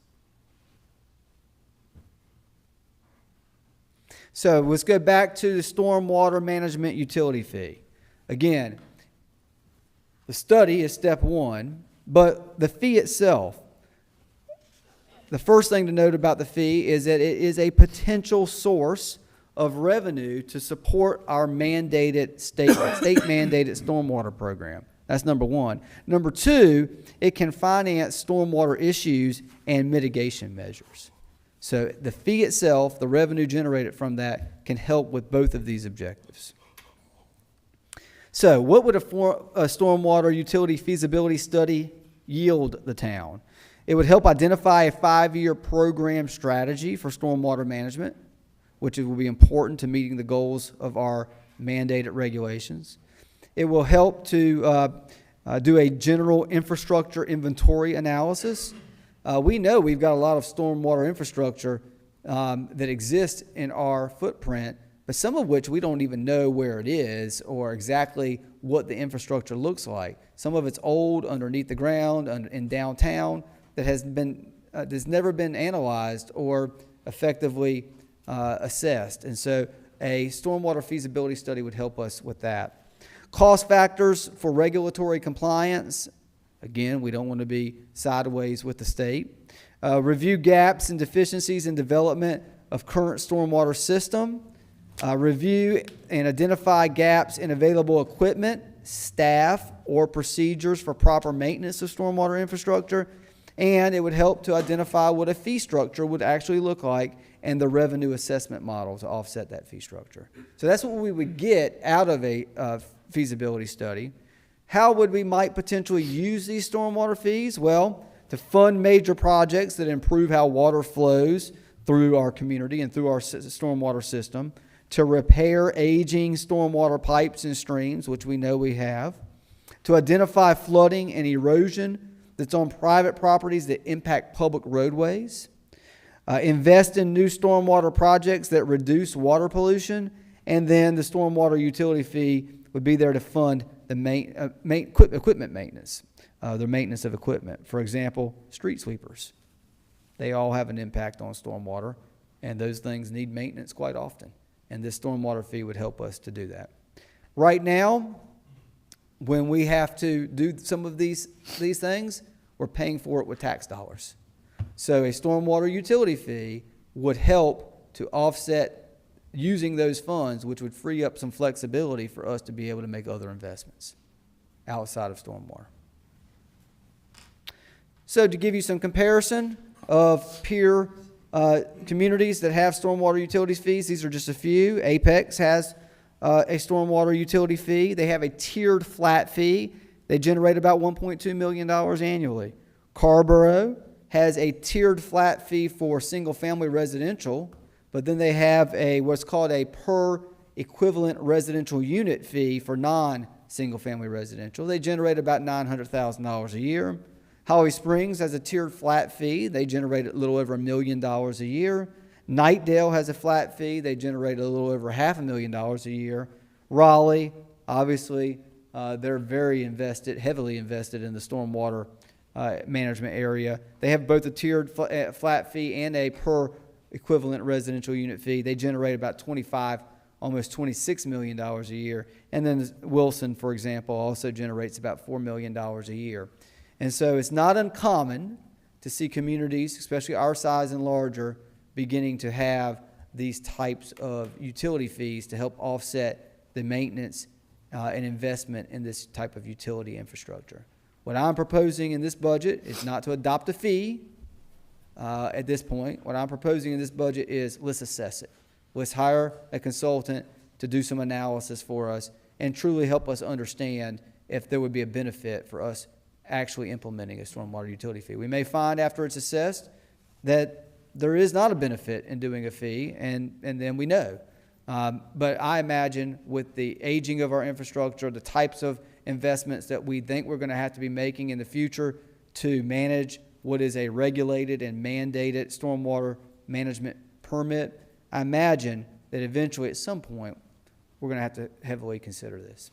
Will they have, when they evaluate this, will they have some examples of some of our infrastructure and areas that need to be replaced? I believe that will be part of the assessment. Okay. because I do believe we do have some aging areas and some areas we've heard some of the public complain about that need to be addressed, and these are some areas that provide Potentially could some surface. possible alternatives to that. I like the idea of aging infrastructure being considered and looked at. I think it's important that with any new fee that doesn't become a encumbrance on our residents at the same time. And as we all know, we talked about fees, taxes tonight, the cost of housing, everything related. Even if it's $1 fee, everything adds up till eventually breaks the camel's back. I understand. We'll see what the state says. Yeah. Okay. We also talked about the Sister City program within economic development. And so what is Sister Cities International? Well, they are a program, an organization that helps to build broad-based, long-term partnerships between countries. They are an organization to help foster cultural understandings and friendships, but perhaps most importantly, they're an organization that helps with economic development, trade agreements, and business partnerships. So why would we potentially consider a sister city program and being involved in one? Well, first of all, some of the benefits include assistance in identifying a sister city match, one that makes sense, identifying international firms for recruitment. For us, we have been focusing on advanced manufacturing in years past, but it may help us with redirecting our focus. Pharmaceutical, biotech has been a big industry in this region and in this area as of recent, as well as electronic hardware components. And so these are other industries that the Sister Cities program could help us identify a good match and potentially good leads towards these potential businesses. Guides to economic development and partnership agreements, marketing and communications, both nationally and domestically and internationally, sharing of resources and techniques in business, education, culture, and technologies. And just two examples here in Wake County, but there are other examples. I know Sanford, for example, is involved in the Sister Cities program as well. But Cary and Raleigh have multiple sister cities in France, in Gibraltar, in England, in Nairobi, in Kenya, in Germany, and Turkey. So you don't, not every community has to have just one. For example, Concord, North Carolina has 3 sister cities. Gastonia, North Carolina has 2 sister cities. And so I propose that we just start with one, build a good relationship, maybe as we grow as a community and grow our economic development strategy, others might make sense in the future. As to where specifically, I think we would consult with the Sister Cities program to help us identify locations and to think about, again, 2 things that we want to accomplish. One, the types of businesses and the types of industry sectors we want to try to recruit, but also 2, what countries or what sister city may potentially be of benefit to the existing industry that's here. We have our big 4, or big 5 we've said in the past, including Aviator, which is becoming an international player in the craft brewing industry. And so what sister city match may there possibly be that could also benefit our existing industry? That's something we want to think about as well as we partake in this. Any questions about Sister City? I do have one. Do sometimes these communities that have a sister city program, do the schools work with them, like, you know, in their foreign language departments for possible exchanges and that kind of thing? Is that, it says something about education and culture. Tiffany, do you have any? Yeah, come on up here and maybe speak to that if you can. Good evening. Yes, they do. Specifically in Sanford, the local high school partners with the some of the foreign exchange students, partner with them, and they also have a component where there's a lot of pottery there in Sanford, and so their particular sister city, I think, is in China, and so there are foreign exchange students there that are learning Chinese, actually partner there, but as well as in Raleigh. Well, conversation we've had about it, what I like about this is that we're trying to keep it competitive with our economic development as we've expanded our park recently and what we've done in regards to that. And this focuses on being able to provide assistance to our existing manufacturers and also recruiting what we want here. And some of the big players that have a lot of great things going on in their cities, or some of the ones that you mentioned involved with this, and that can help us recruit a company from one of these locations right here to come here. I think that's great, and that's something that Yeah. pairs well for that. And also, at the same time, different things that have worked in their city for recruiting businesses to them, what we can find out on the reverse side to come over here to set us up a little bit competitive from the surrounding towns in Wake County. Everybody's competing for the same stuff, and this gives us something separate as some of them, so. Okay. Awesome. And so we have great existing businesses here that have, international footprints. T Connectivity, and our new company, CCL Label, based out of Yeah, Canada. exactly. John, John Deere. Which each of them will be great leads, so. any other questions before Tiffany has a seat on the Sister City program? Thank you, Tiffany. Yeah, thank you. It's exciting. Obviously, we always think about our debt service fund. We have existing debt, new debt to service. So this is just an existing debt schedule. This does not take into consideration the $28.5 million of new debt that we would be taking on. That'll show up in future years.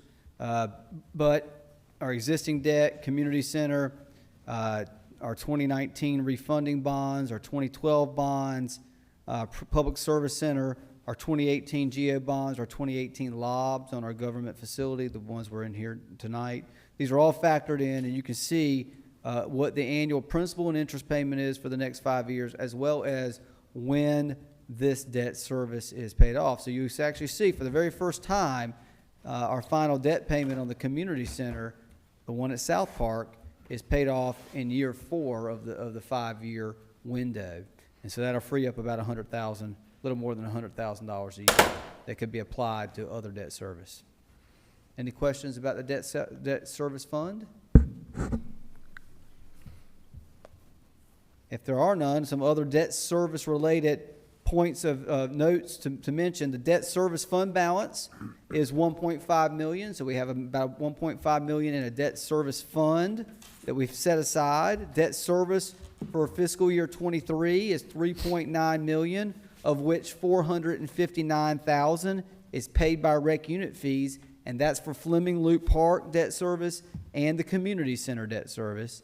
And $295,000 from the vehicle tag fee is transferred to debt service, and that's where it will be parked until we use those funds to help offset a transportation-related initiative. That was a policy directive of the board when we made that fee change several years ago. And later in our 5-year plan presentation, we will talk about what those funds look like. Capital reserves, again, $459,000 is being transferred from rec unit fees to debt service fund for the Fleming Loop Park improvements in the community center, and $390,000 is being transferred from rec unit fees to the general capital projects to fund proposed recreation enhancements. And we talked about some of those, the Falcon Park, not the Falcon Park, but the Falcon Park dugout and score tower being one of those. Okay, so we showed you all the numbers, and there's one thing missing from that, and that's the $20 million for the transportation bonds. All right? And so this is going to get down to a strategy discussion with the board, policy decision-making with the board. So the debt service for the $20 million is actually reflected in the 5-year plan, but it's reflected in outer, the borrowing is reflected, or the spending, mind you, is reflected in outer years, year 3, year 4, year 5. No project is identified to begin in fiscal year 23. Well, why? Well, because we already got 6 projects that are getting ready to start, and that's going to, for lack of a better way of saying it, wreck our world for a little while with a bunch of orange cones and a bunch of construction throughout town. 6 projects in fiscal year 23. I take that back. Make it 7, potentially 8. Wallace Adcock Boulevard is expected to break ground in fiscal year 23, and we'll certainly be advancing the ball on the design, perhaps even construction, depending on how fast that moves along, for the Whittitt Johnson Pond Road. That's a lot of workload to be doing in fiscal year '23, let alone taking on another $20 million of projects. That's one reason why it doesn't appear. The other reason is that just as we have done in years past, when we have passed the 15, or was it the $21 million transportation bond back in 2015, the goal was we had a list of projects we wanted to achieve. And could we have applied all $21 million to those projects? We could have. We could have cut out the whole federal grant funding scheme and mechanism, and we could have just plugged away at those projects, but we would not have been able to do nearly as much as we were able to accomplish. We leveraged, $40 million of projects with $20 million of bond money because we were patient. We had a strategy. We went out there and applied year after year for grant funds, LAP funds to help with these projects. And so what were we able to do? We were able to take the $20 million and do $40 million worth of work. So the strategy that we're showing in the 5-year plan, and the reason why we don't have any of that $20 million in the fiscal year 23 budget, is the same strategy. Over the next 5 years, starting in year 2 with application, but really taking on the projects themselves, the construction in year 3, year 4, and 5, is taking those projects that we discussed at Town Board Retreat. I think we presented 14 projects, Jim. The Town Board prioritized the top 8. The top 8 ended up being about $24 million, so more than the $20 million that the bonds passed. You prioritized them. Can we do 6 projects for $20 million? Yes. And we don't even bother. We can do those, and if we had the staff resources, I suppose we could start those along with the other 8 projects. That's a different conundrum that we would have to talk about. But you would only get 6 of the total 14 projects done. Or we could employ a strategy of taking our time over 5 years, phasing it, being strategic about it, and potentially trying to get all 8, maybe 10 or even 12 projects done, depending on how successful we are with leveraging grant funds. If we can leverage grant funds at a 60-40 ratio, which is actually pretty strong, because in the past we've applied sometimes for 80-20 ratio, 80% grant, 20% local dollars. We haven't scored as high from a local match standpoint, but we've been pretty successful. But if we want to try to heighten our ability to get funded, we could apply to 60-40 ratio. If we did a 60-40 ratio, we could do all 8 projects and still have close to $6 million left over for more transportation projects at a 60-40 ratio. And so the point is that we got to think about strategy on this. And so can we go ahead and advance some or all of these projects? We could. Maybe you want to, and we can talk about those projects again in a moment. Or we can say 6 to 8 projects is enough for fiscal year 23, and let's go out there and chase some grant money so we can do more with what we got. And so projects that are identified in years 3 through 5, it's our intent under that strategy to go leverage these grant dollars. So what were the top 8 projects that the town board prioritized at our annual retreat? The first was the Southeast Judd Anger operational improvements. Here it would involve engineering, right-of-way, and construction, design, right-of-way, and construction. If we apply, the total project cost is $2.5 million. But at a 60-40 split, we could potentially get $1.5 million of that $2.5 million from Campo through the LAP program. Project number 2 is the Bass Lake Hilltop Newmore Sunset Lake intersection operational improvements. This is a $3.5 million project, and you can see what the 60-40 breakdown would be if we tried to strategically go after some grant funds. 3 is the old Honeycutt Kennebec operational improvements. Here we've got $1 million total project cost, so a little bit less expensive in terms of the grand scheme of projects. 4th was the Highway 55 James Slaughter Road operational improvements. You don't have a lot of stacking or queuing at this intersection. That's part of the program work that would be done here. $2.5 million for this project. 5 was the Purfoy Road and Holland Road intersection Let's improvements. change that wording, please. Yeah, If the phone will intersection ring tomorrow. improvements. I'm not sure how Let's it's call it showing up like intersection that in there, improvements. but intersection improvements. I got a scheduled meeting with. I'm on the interested record. parties already I'm about on this. the record saying intersection improvements. Here, $5 million. West Academy Street and Railroad Street operational improvements, $4.5 million. Ennis Street and Broad Street crossing, $3 million. And Hilltop, Newmore, Johnson Pond operational improvements, $2.5 million.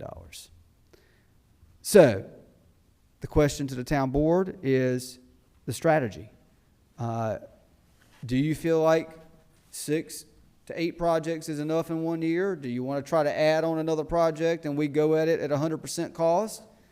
Or do you want to employ a strategy where we do the 6 to 8 projects and over the next 5 years, we try to leverage as much grant money as possible? I think year one has a lot of good stuff coming up to happen. 6 to 8 projects, if not 8 projects likely to happen. And some of that may leak into year 2 right will, there. likely. I do recognize that completely. I think leveraging our money, we've done an excellent job. What we don't want is to backload the 5-year plan where all the projects happen at the end of the 5-year plan for grants, or we lose out on grants on those. So I think year one's booked up.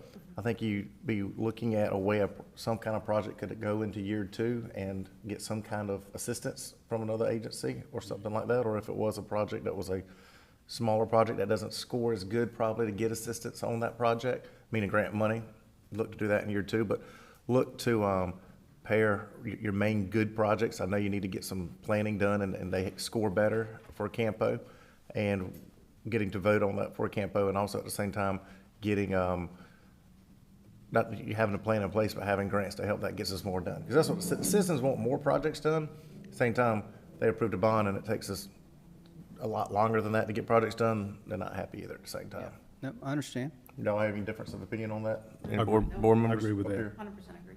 Okay. I just, of course, a question about the grant process. I mean, when you're talking about leveraging, using grants, are you talking about leveraging and that money being available in a particular fiscal year, which would coincide with the timing? Or are you talking about later on as far as? No, so you would typically apply in 1 year and then the construction would not happen until, by the time you apply, there's about a 6-month window until you find out what the outcome of that application is, and then there's about another 6-month window until those funds actually become available for use.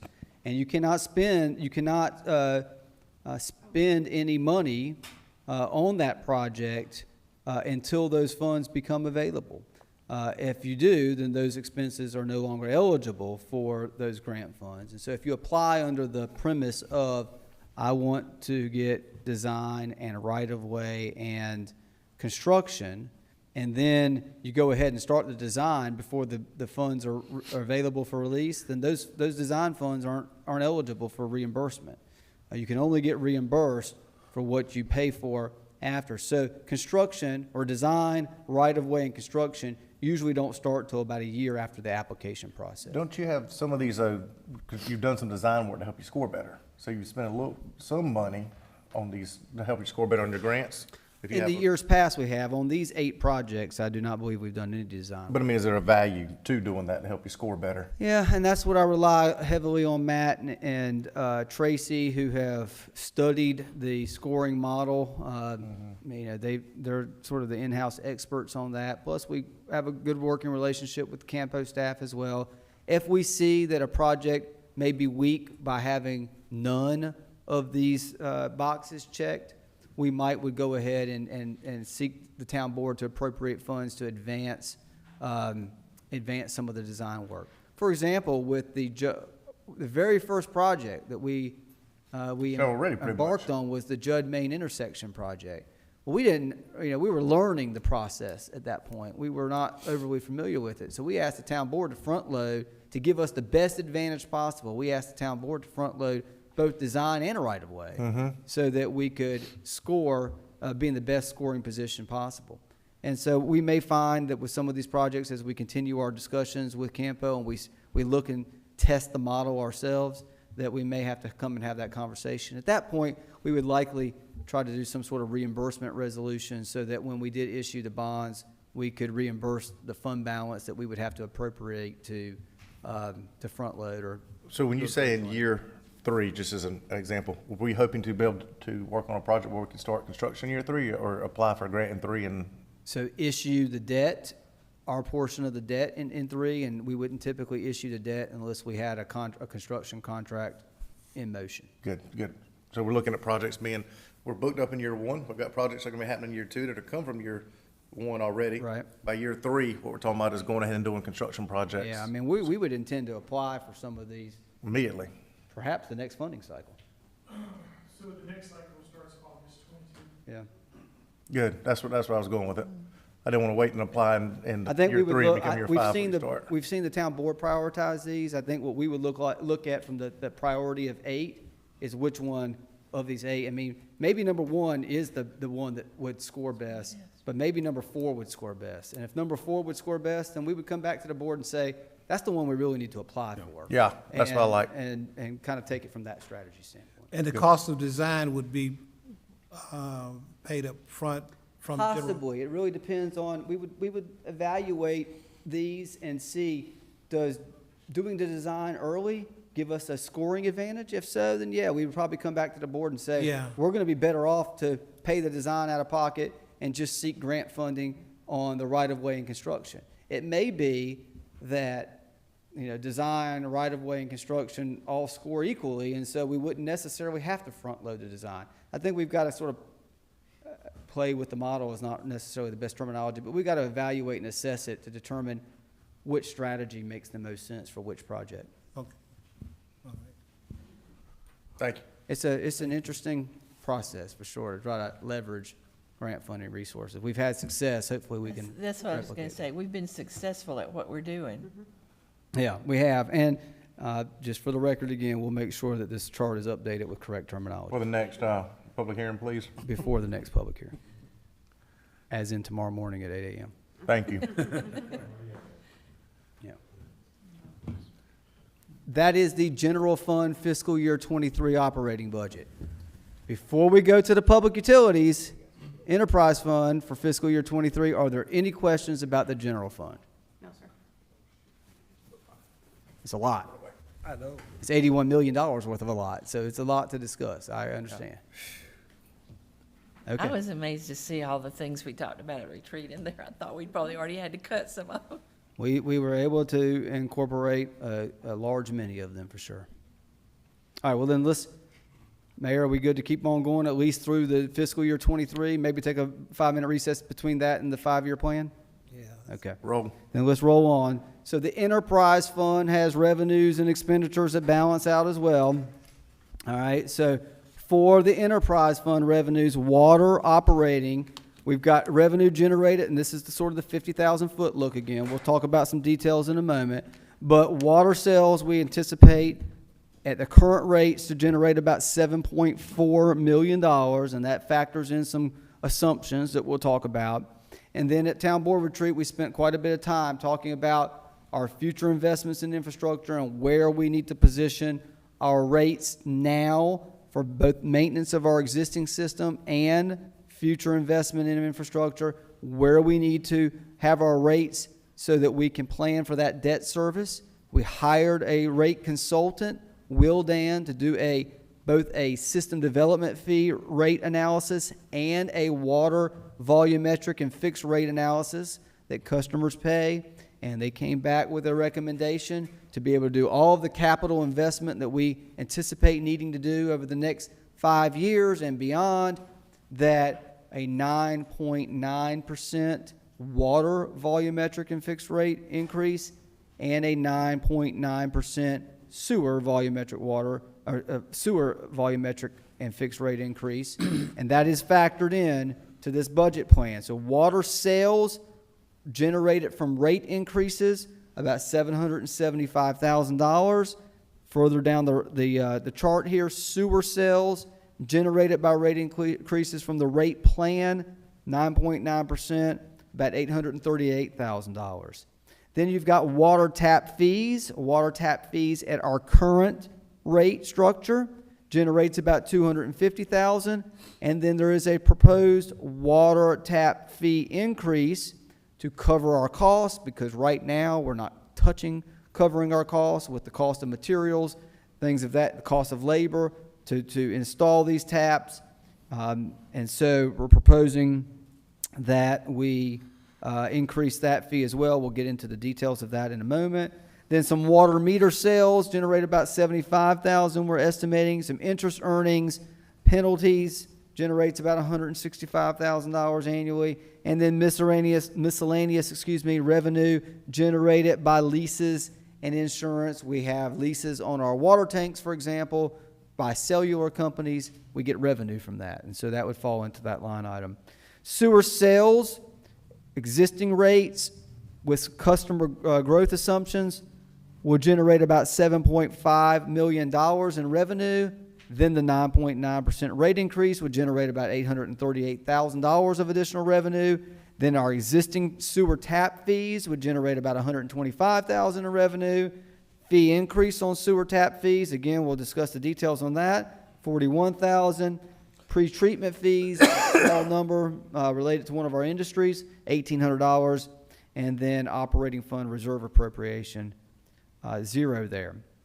And so that is the operating side of Fund 61 in our enterprise fund. And then you've got the capital side of it. The capital water system development fees generate about $2.4 million at the current rate. But if you'll remember, the water and sewer system development fee analysis that Wildan did showed that with our future debt service, our existing debt service, and our future investment in infrastructure, that our fee ought to be higher than where it currently is. Currently it's at $2,000. It ought to be at $3,030. And so this proposes to implement that rate increase, and that would generate an additional $1.2 million that's anticipated in revenues. And then system development fees for sewer, $3.9 million, and right now there is no recommended increase on the sewer system development fees, so no additional revenue from that. And then transfer from the operating fund, $1,952,000. We'll talk about what that $1.9 million goes to pay for, but we're transferring it out of Fund 61 into the capital fund to pay for specific projects. And then bond and loan proceeds of $22 million, and those are specifically tied to some of our capacity-related infrastructure projects that we've talked about at retreat, and we'll spend some more time talking about here. Total of $49, almost $50 million in the enterprise fund. Some assumptions for revenues, again, the 9.9% both on water and sewer base and volumetric rates. This is consistent with the rate model. Then tap fee increases to cover increased costs of materials and equipment. If the town goes out and installs a tap for water, right now we charge $870. That's not touching what it costs us to do that service. To do that service, we really need to be charging $2,150. We need to be running this like a business. We're proposing to increase that rate. Now, we don't do that many of these. This is not like a huge revenue generator for us, but the few times that we do this in a year, we ought to be covering our costs. The same on the sewer side. We've been charging $750. It's not touching it. We need to go to about $1,500. If it's developer installed, then we don't have a lot involved in that. On the water side, there is some cost that we're proposing to cover our costs on, going from $220 to $330, and no change on the sewer side. So if it's town installed, we need to be covering our costs. If it's developer installed, there's not much involvement in that, except for some minor things that we're proposing to shore up. Water system development fee, again, the increase from $2,000 to $3,030, consistent with the rate model and the rate plan done by Wildan, $3,030, and no change to sewer system development fees. Other assumptions. We are assuming 1,400 new residential units for water and sewer sales and system development fees. Probably pretty we think it's pretty conservative, considering that we're issuing 2,000 permits a year. A good number for our budget planning purposes. And then 50 new irrigation taps for water sales we think we might get next year. Additional budget assumptions. The average daily water demand, we believe, will increase from 2.82 million gallons a day to 3.2 million gallons per day. The average daily wastewater treated at the North Harnett County Regional Wastewater Treatment Plant will remain level at 1.55 million gallons a day. Why is that? Because we're going to be investing in fixing inflow and infiltration issues into our system. If we can keep the rainwater out, we can keep the flow stabilized. That's our goal. Johnson County is proposing a 6% rate increase in bulk water this year. That's factored into the budget plan. And the additional water supply from the city of Raleigh will allow the town to purchase water at a lower bulk rate in the short term and offset other supplier increases. So we talked about the 9.9%. This is what it looks like. On the left-hand side, you see our current rate structure for water and sewer. On the right-hand side, you see what the rate structure goes to with the 9.9% implementation.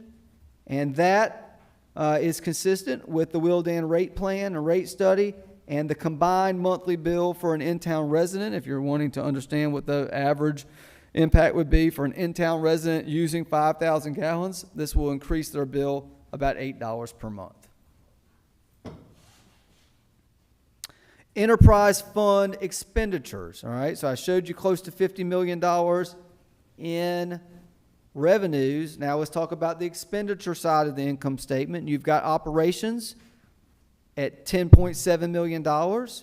New positions, those 10 new positions in the enterprise fund encompass about $727,000 worth of impact to the budget. Capital equipment, $740,000. Existing debt, $3.2 million. And the expenditure out of the Fund 61 into the Fund 60 for maintenance projects, that's going to be $1,900,000. So that's on the operating side. On the capital side, you've got almost $8 million in water and sewer new capital projects.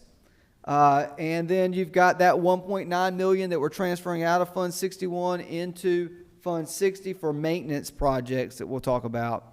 And then $22 million of bond-funded projects. Again, these are capacity related. That totals $46.9 million. I showed you revenue of $49.9 million. So we have close to a $3 million surplus. And I'm going to show you later on close to a $220 million worth of debt that we're going to be taking on. We're going to need that 1% surplus to help us in the future. Okay, let's talk about some expenditure assumptions. The fiscal year 23 budget was developed with the primary emphasis on preparing for the significant capital expenditures I just mentioned required in the 5-year plan to address long-term water and wastewater capacity needs. Additional staffing is required, as we talked about earlier, in response to and in preparation for system expansion. External staffing analysis indicates that the town currently lags our peers when it comes to staffing dedicated water and wastewater system maintenance activities based on our system size. We've been lean for a while. We need to adjust for that.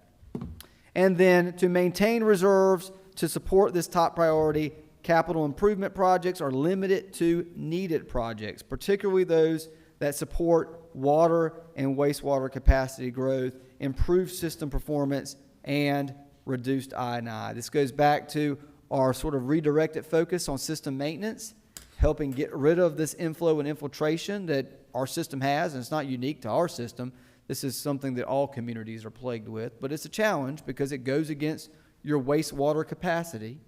And then also still advancing some system improvements, but the things that are needed, the things that are must-dos, not necessarily the things that we want to do because it is a catalyst for other types of development, et cetera. Any questions about these assumptions?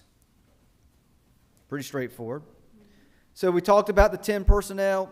Again, these positions, which we reviewed earlier, the AMI and collections maintenance workers, 2 of these, the project manager, the wastewater apprentices, the distribution crew leader, the collections crew leader, the water and sewer integrity crew leader, and then the system, water and sewer system integrity technicians.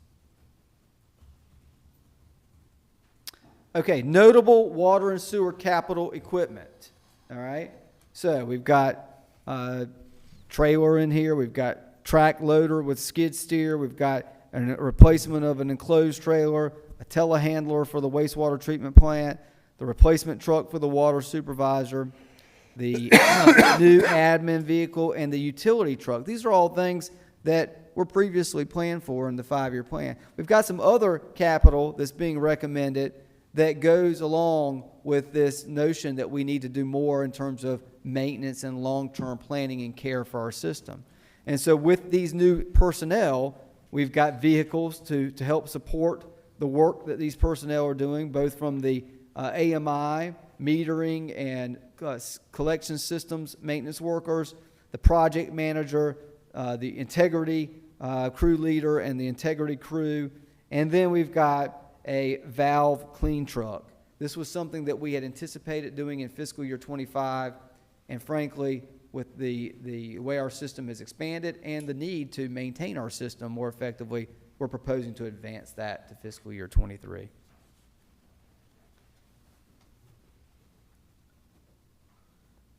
Additionally, some notable maintenance projects. Here we have hydrant insertion valves for water. Lead and copper rules require us to do certain work to meet the lead and copper rules by the state, and then water modeling to make sure that our system is actually operating as it's designed to do. In addition, on the sewer side, attacking inflow and infiltration, $225,000 dedicated to identifying those areas and repairing those areas. Collection system master plan, the notion of actually being able to map all of your infrastructure and your collection system and be able to have a plan for how you're going to systematically go towards maintaining that system. That's something that we need to do a better job of, and so this master plan will help give us a guiding direction on that. Migrate our pump station SCADA system. That's a $75 investment. And then inevitably, year after year, there's projects that pop up that just are unexpected. And so miscellaneous projects, we've allocated about $75,000 towards that. So capital projects in the enterprise fund. Here we've got water line replacements at $500,000. The final phase of the automated metering program that we've been implementing, $540,000. $50,000 dedicated and set aside for water line oversizing. That depends on if there's an opportunity to collaborate with a developer to perhaps do a oversizing project. Valve replacement program at $50,000.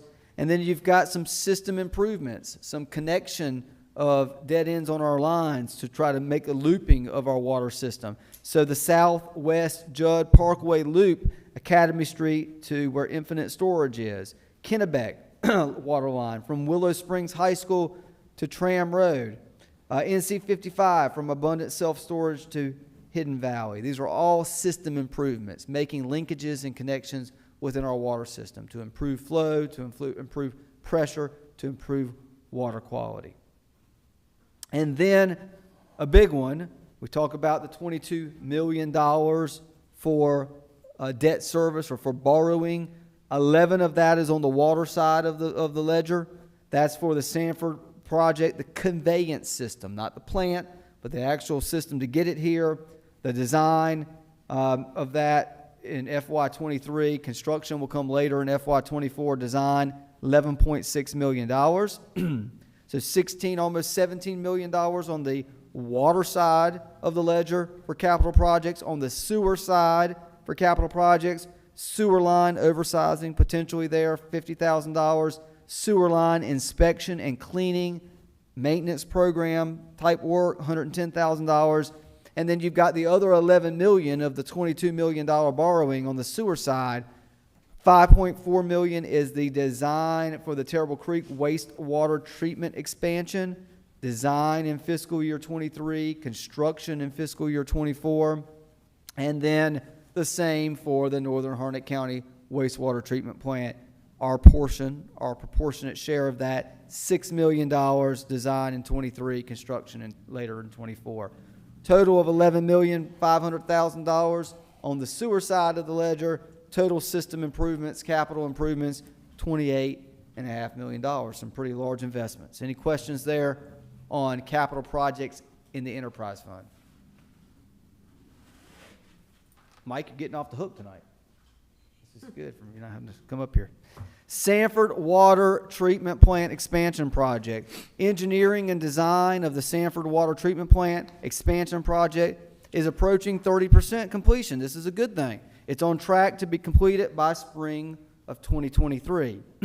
A preliminary engineering report for the conveyance system is transitioning from draft to final status as the remaining survey data is adjusted in the preliminary engineering report. The final technical memorandum is on track for May of 2022, making good progress there.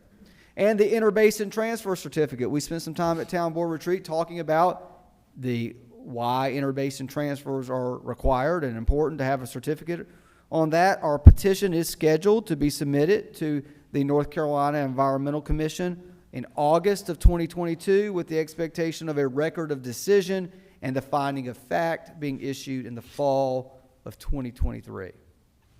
So everything moving forward, the ball is advancing.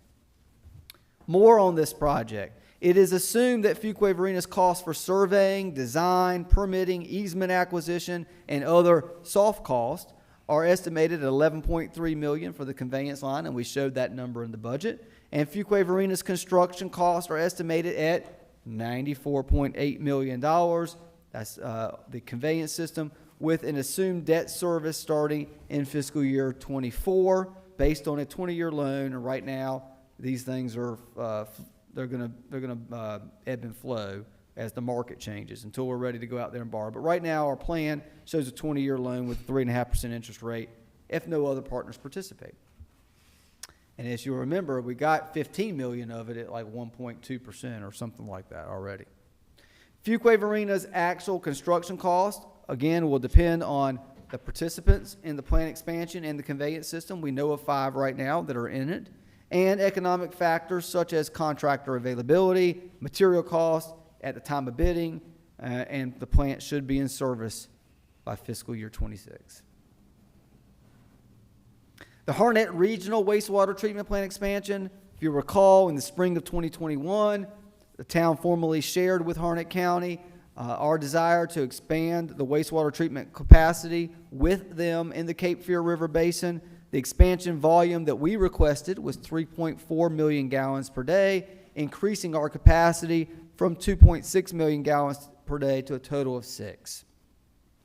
In February of 2022, Harnett County received a speculative limits memorandum from North Carolina DEQ to expand the North Harnett Regional Wastewater Treatment Plant to 16.5 million gallons per day, and Harnett County is working with their design engineer on treatment options to meet the speculative permit limits, and the design build for expansion is expected to begin in fiscal year 23, the design portion of it.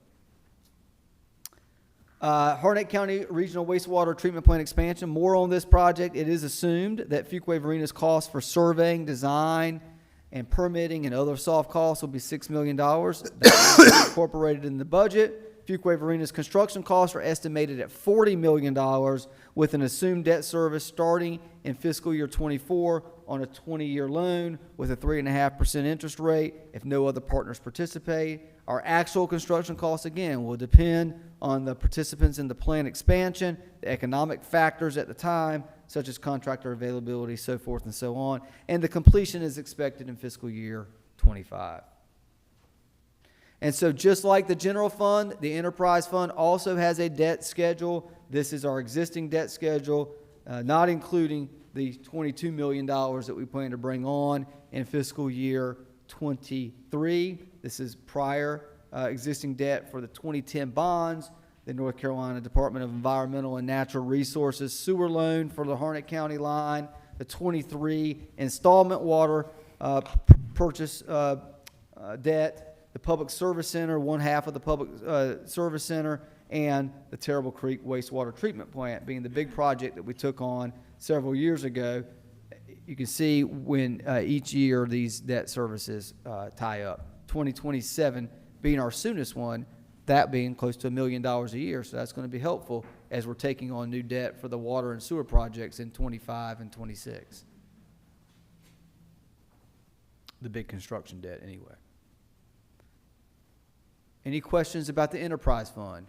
$50 million, balanced budget, $3 million surplus, 9.9% water and sewer base and volumetric rate increase, marginal system development fee, water side increase, some water tap fees if the town installs it, increase. A lot of capital. Hey, you have encompassed, I know we'll do 5-year plan next after a short little break, but you've encompassed the items that we've discussed at retreat from enterprise fund to general fund and across the board. Pretty much everything has been included there. The fee increases and 5-year plan or tax increase for the fire station has been in the 5-year plan for several years now. It has. And it's also been minimized compared to what at one point we thought we were going to need this year for 4 projects, and what you've done making up for funding in other areas that have been short. And so I see that there's nothing that should come to a surprise to the public right here. These are projects that the board as a whole and you have all discussed multiple times on these, and prioritizing. And you've taken that information, as I mentioned at the beginning, from retreat to that and have put that in there. And so I think it's hitting right in line with what we've expected, what we've seen, and what the public, the information is there now. Obviously, people don't always pay attention and know what's coming, but I mean, everything that's discussed here has been laid on the 5-year plan for years and on the website. That's right. It's been very Information there. And if we had not had some of our tax base that has widened, that has grown, we had not had some of the growth numbers on there, we could have been looking at larger increases right here. Absolutely. And so this is a Wake County, Fuquay-Varina is no different than all of Wake County, and the whole area is becoming more expensive. We've seen that every day, not just gas right now with the conflicts that are going on internationally, but simply the whole area is desirable, which is demand, which is causing costs to go up. And we've seen that in the private sector, we've seen it in the public sector, and we've seen it on what everyday purchases that we make. And so Fuquay-Varina is no different than what's going on across the board everywhere. Things are just more expensive today. That's right. So, thank you, that's good. Y'all have any questions here before we take a quick break for 5-year plan? Okay, let's take a 5-minute break real quick, and we'll start back. Does that work for you? Restroom, water, some jumping jacks. We should be good.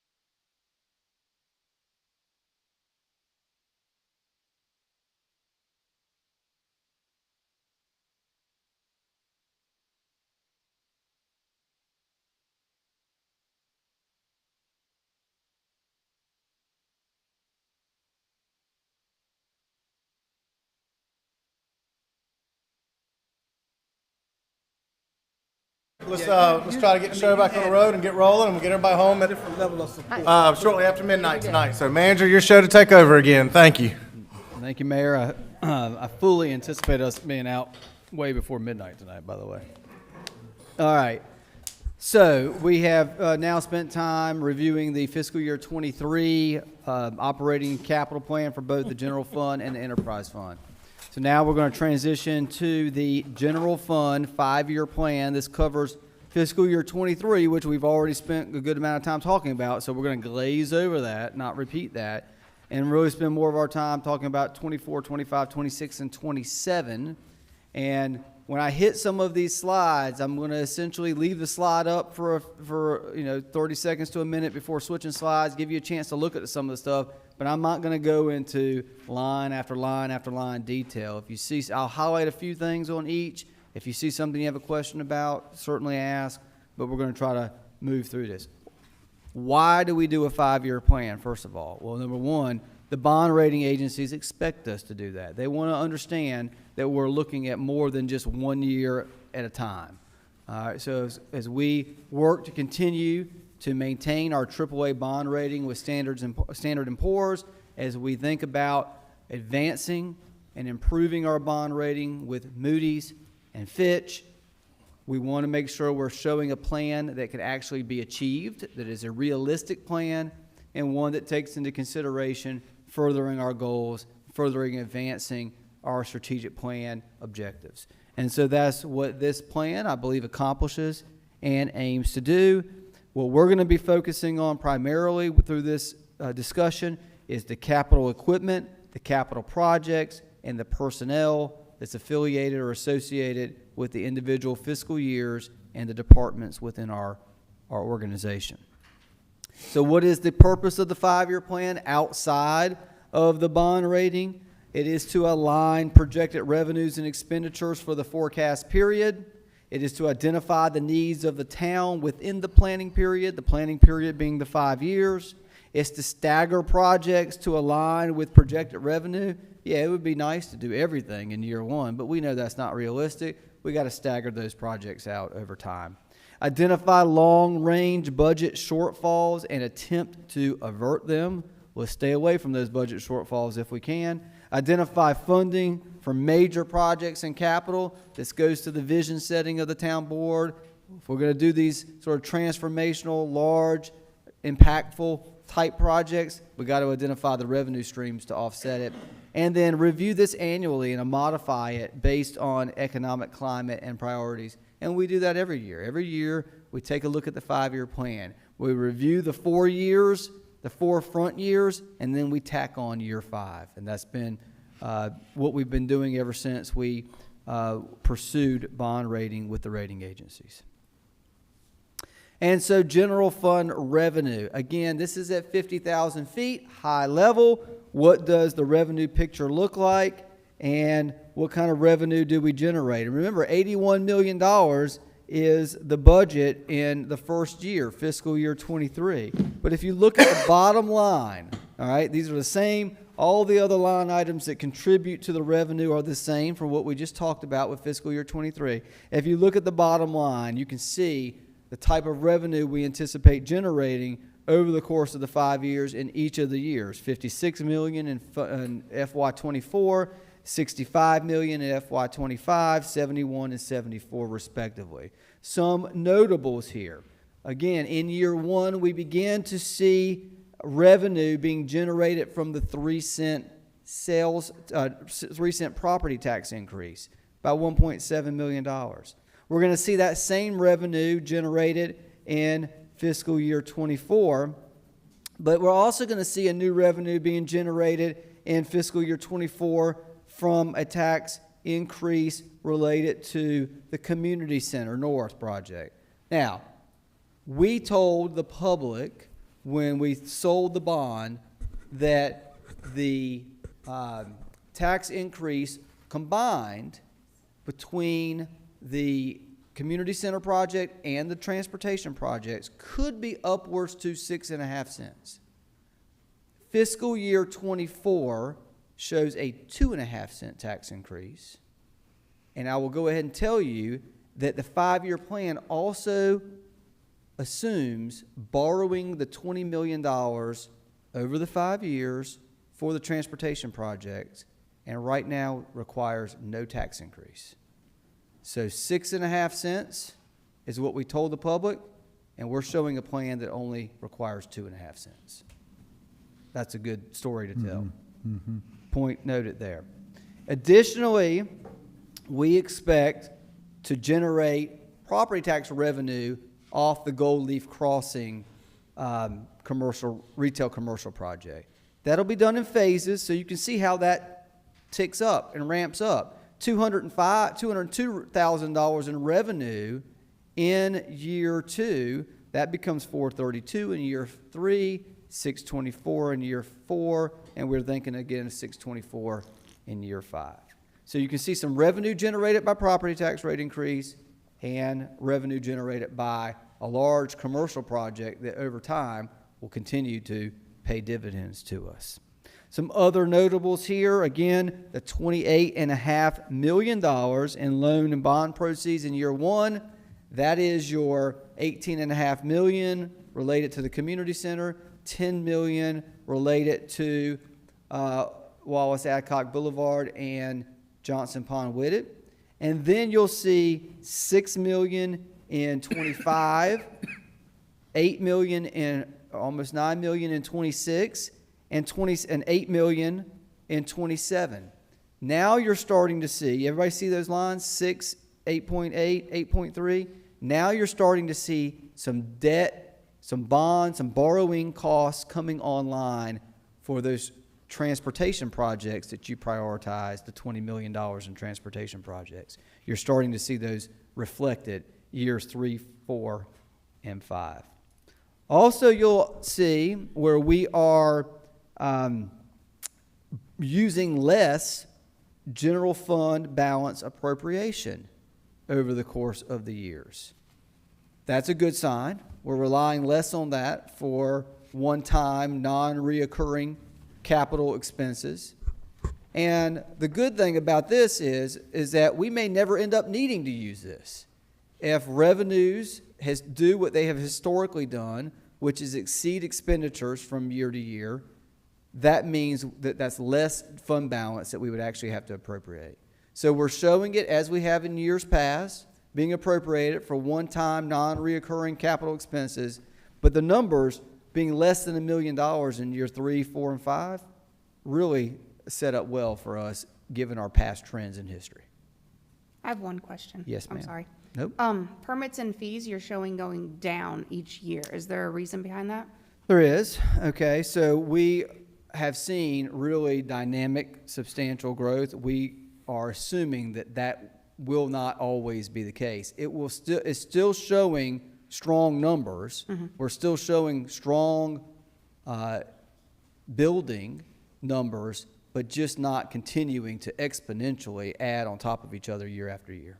That makes sense. Thank you. Being a little conservative, maybe we turn out better. What did you say we collect this year?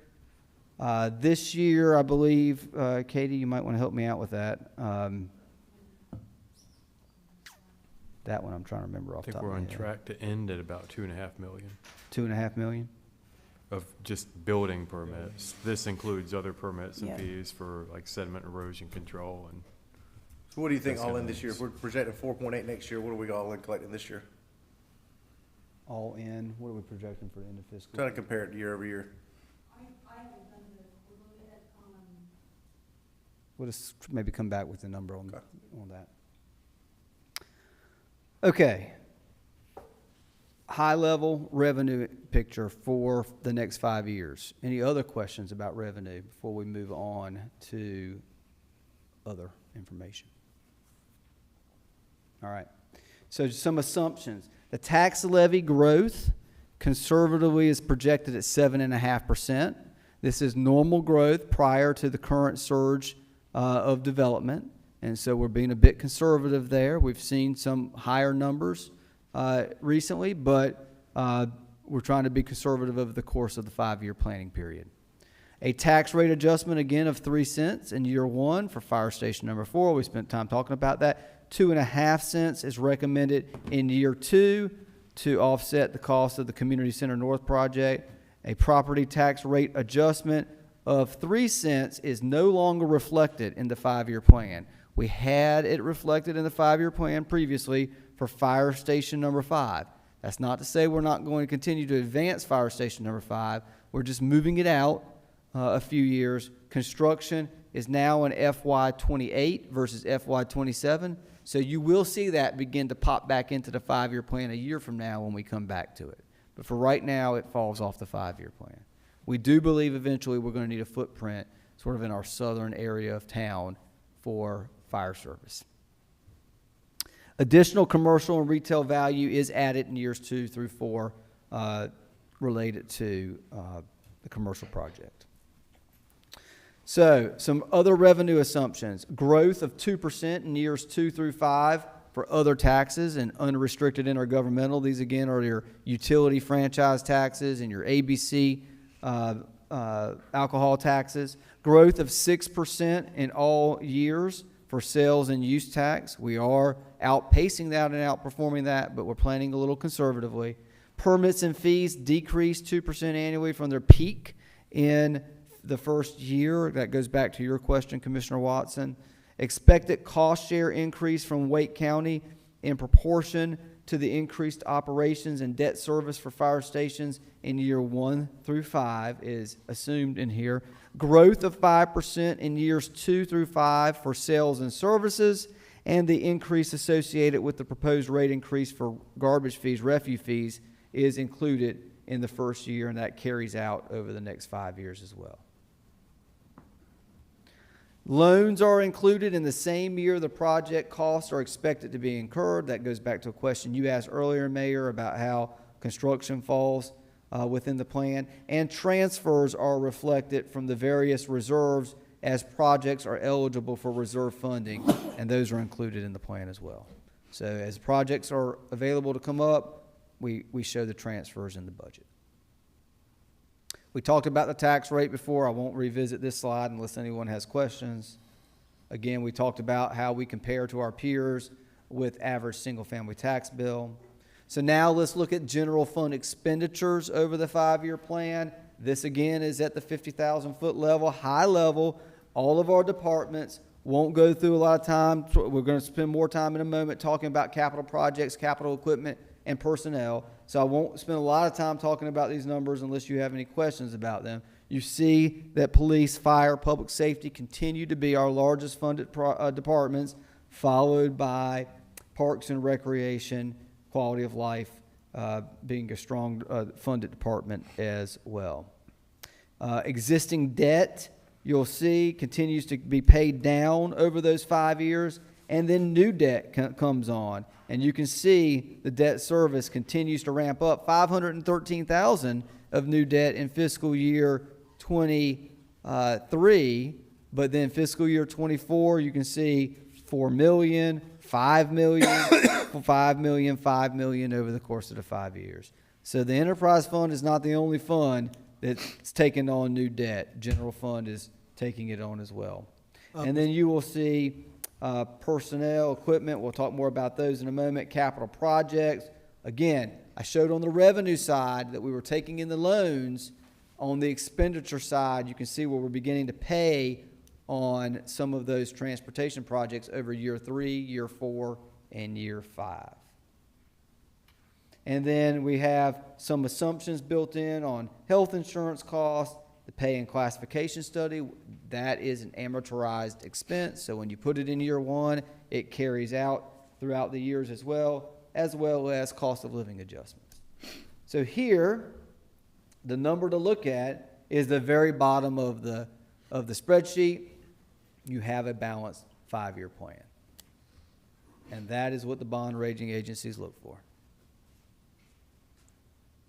So some expenditure assumptions. Adam, I'm Yes, sorry. sir. Would you go back to that? Yes, sir. I just had one quick question. On the transfers, I noticed that there's a significant decrease from 23 to 24. Yep. Uh, So I'm going to get to a slide that sort of explains what those transfers represent. All right, okay, Yep. all right. Yep. You're on it, but we're going to get there and talk about Okay, that. okay, all right, all right. So, so we'll talk about those transfers in a moment, but this Okay. other bullet point is a different transfer bullet point for debt reserve fund balance. So, new debt, again, for the fire station number 4, the community center north, and the transportation projects and a fire engine are shown in various years. We talked about that. That's the 5, 13, and then it ramps up to 4, 5, 5, and 5. And those numbers have in it Fire Station 4, Community Center North, transportation projects, and the fire engine in various years. And then transfers to the debt reserve fund balance. In year 2, we're putting in 137. I told you we had a balanced budget, 5-year plan. Yes and no. It is balanced on this, but we really have a surplus. And what we're showing here is in year 2, we're going to be putting $137,000 back into the debt reserve fund balance. And we're going to be putting $389 in year 3, $241 in year 4, and $454 in year 5. That should say surplus, not deficit, I believe. And so, what's that? We're pulling in year 5?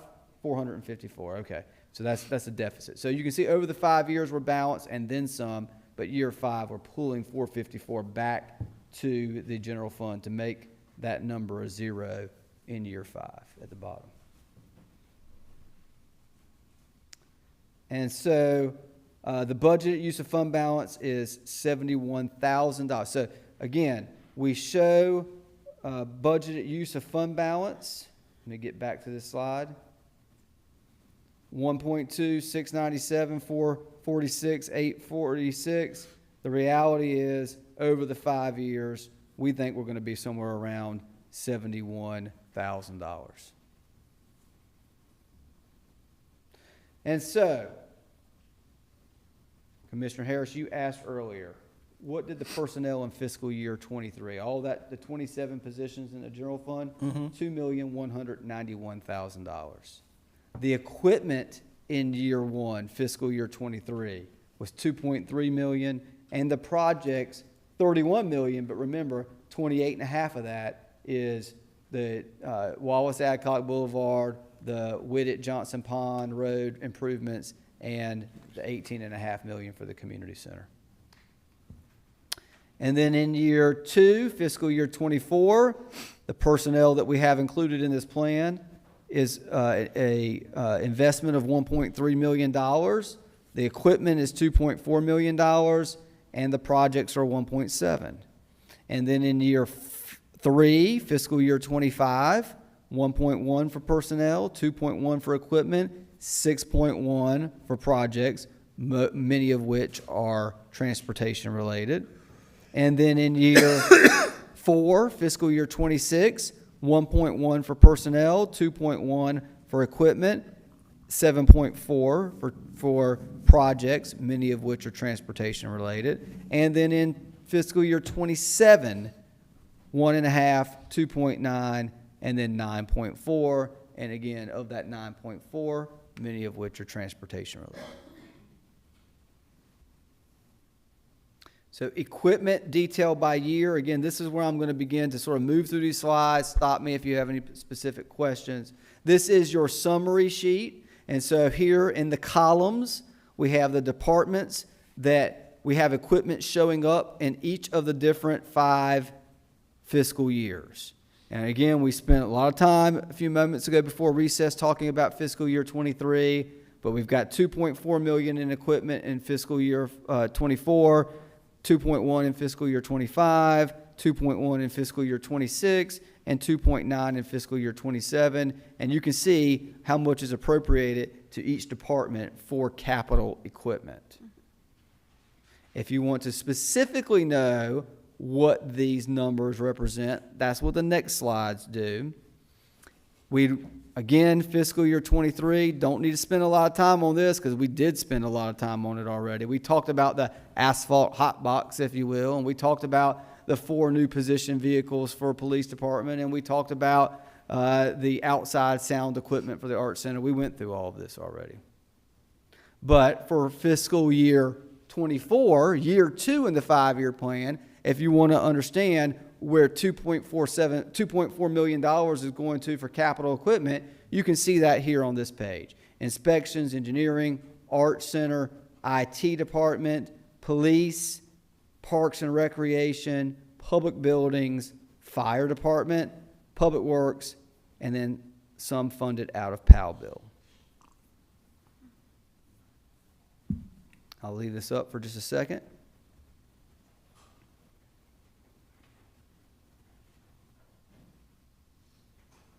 Any questions? Then I'll move on. You'll see very similar in fiscal year 25, year 3. Here we've got capital equipment, $2.1 million total, going towards the planning department, the inspections department, new vehicles and replacement vehicles, IT, getting back on that routine of replacing laptops and desktops on a proportionate basis, server upgrades, police, vehicles, replacement and new, fire, defibrillator replacements, self-contained breathing apparatus replacements, parks and recreation, mowers, skid steer, public works, equipment trailers, mowers, leaf vac replacement, a big one there. In our streets department, planning for the replacement of a leaf vac, planning for a replacement of a garbage packer. Plow bill, street sweeper replacement. Some of these are the notable ones, the bigger ones. $300,000 for a street sweeper replacement. Any questions? I'll leave it up for a second or two before switching to year 4, which is fiscal year 26.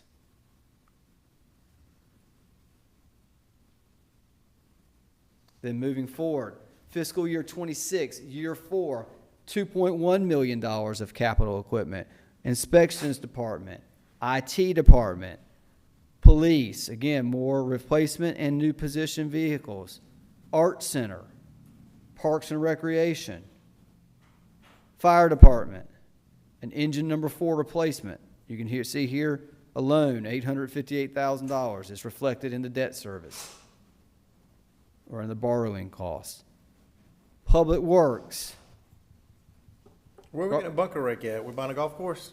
No, but a bunker rake does help us with some of our maintenance activities at the ball fields. No, we're not getting in the golf course business, unless you tell me we're getting in the golf course business. I didn't think so. Yeah. Let's change the name. Let's call that a baseball rake. Okay, baseball rake. And then Plow bill. I'll leave this up for a second, and then we'll move to year 5, fiscal year 27. Then moving on, actually the title should say fiscal year 27, not 26, but this is year 5, $2.9 million. Inspections department, you see the theme in the IT department, more desktop and laptop replacements, additional servers. Police, common theme there. Planning, art center, pottery studio outfitting, something new for the art center, showing up in the 5-year plan. Fire, engine 3 replacement. Public works, all right, so here we are replacing a knuckle boom. Another garbage packer replacement. Tandem dump truck replacement. This is equipment that has ended its useful life that we're beginning to replace. And then Plow bill, paying for a proportionate share of some of these capital items.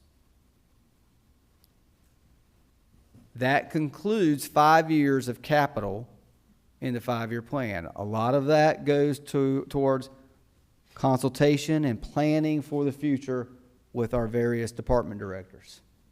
Thinking about what are our needs over the next 5 years and how do we accommodate for those. All right, then capital projects. Are you going, do you have a spot you can talk about personnel in some of these departments?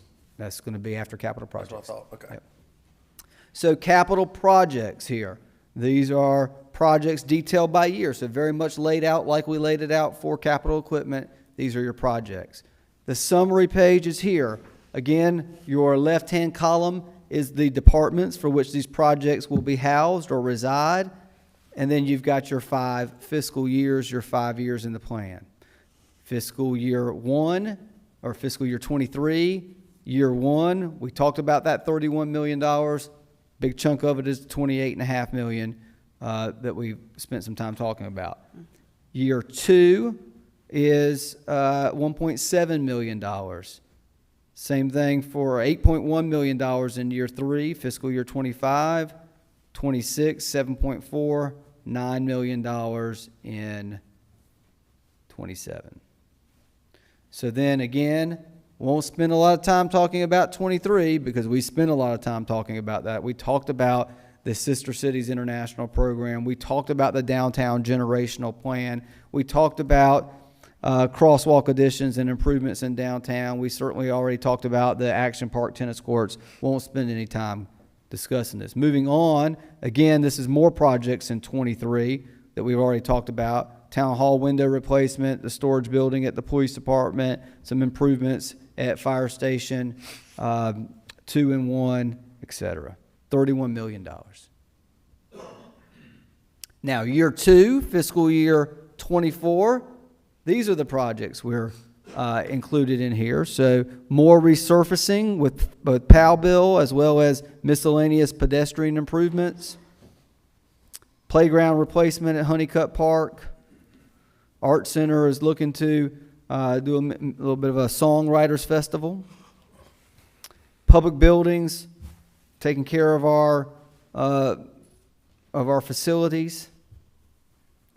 Town hall window replacement will be over 2 years, not 1. Fire station improvements. When we say circulator implementation, this is a bit of a placeholder. That would be a policy decision by the board, but we're assuming that there's going to be some potential capital investment if we do move forward, not operational, but capital investment, and there is a placeholder for that if the board were to decide that they wanted to move forward with that. And then in streets, the $250,000 for the transportation capital projects, the town share, that is our proportionate share of the Southeast Judd Parkway sidewalk project that we were funded this past year. I believe Mayor Massengill a month ago voted for that. That's our share of that. Fiscal year 25, year 3 in the 5-year plan, more investment with Plow bill funds, additional investment at Hilltop, Newmore Town Park and Preserve. This is also a placeholder. We're getting ready to embark on a Hilltop, Newmore Town Park master plan. We assume that that master plan is going to make some recommendations for some improvements to that park. We're plugging in a number here. We absolutely believe that we're going to come back and have to revisit that number, and it could involve some borrowing costs depending on what projects you may choose to want to implement. But going ahead and having at least something in there as a placeholder we felt was important. Art Center, Sculpture Walk, refurbishment of the flooring in the Art Center, pavement condition study, doing those every so many years, every 3 years, assessing our pavement around our community. Town hall roof replacement. This is something that we knew when we did a feasibility analysis, when we purchased this building and renovated the inside space, that we were eventually going to have to make some investments on a roof replacement. And then in the streets department, here you go, transportation capital projects. What encompasses the $6 million? Again, this could fluctuate depending on what projects are more inclined to get grant money or score well for grant money. But right now, as a placeholder, we've put in the southeast. We've done them basically by the order in which the board has ranked them. So we've got Southeast Judd, Andrew Road improvements, as well as the Bass Lake, Hilltop, Newmore, Sunset Lake Road intersection improvements. And again, annually we will come back and revisit this based on how well we think these may score. But here we're showing that we're beginning to draw down some of these funds. Year 4, fiscal year 26, we've got more investment out of Plow bill. We've got rec unit fees paying for some greenway design, as well as the light replacement at Falcon Park ball field. Public buildings, the Art Center roof replacement in the old section of the Art Center. Public Service Center, a addition of a additional bay. We talked about this at Town Board Retreat. Our equipment has expanded to the point where we need another bay for storage and for parking. Can it wait this long to get to there? I mean, I know those departments are tight and we're growing every day. It can. Okay. And then fire station projects, as well as street department. Again, transportation projects, the $4 million at this point as a placeholder, we're assuming investment in Old Honeycutt, Kennebec Road improvements, and Broad Street, James Slaughter Road improvements, intersection operational improvements. Subject to change, again, but we're putting the placeholders in there.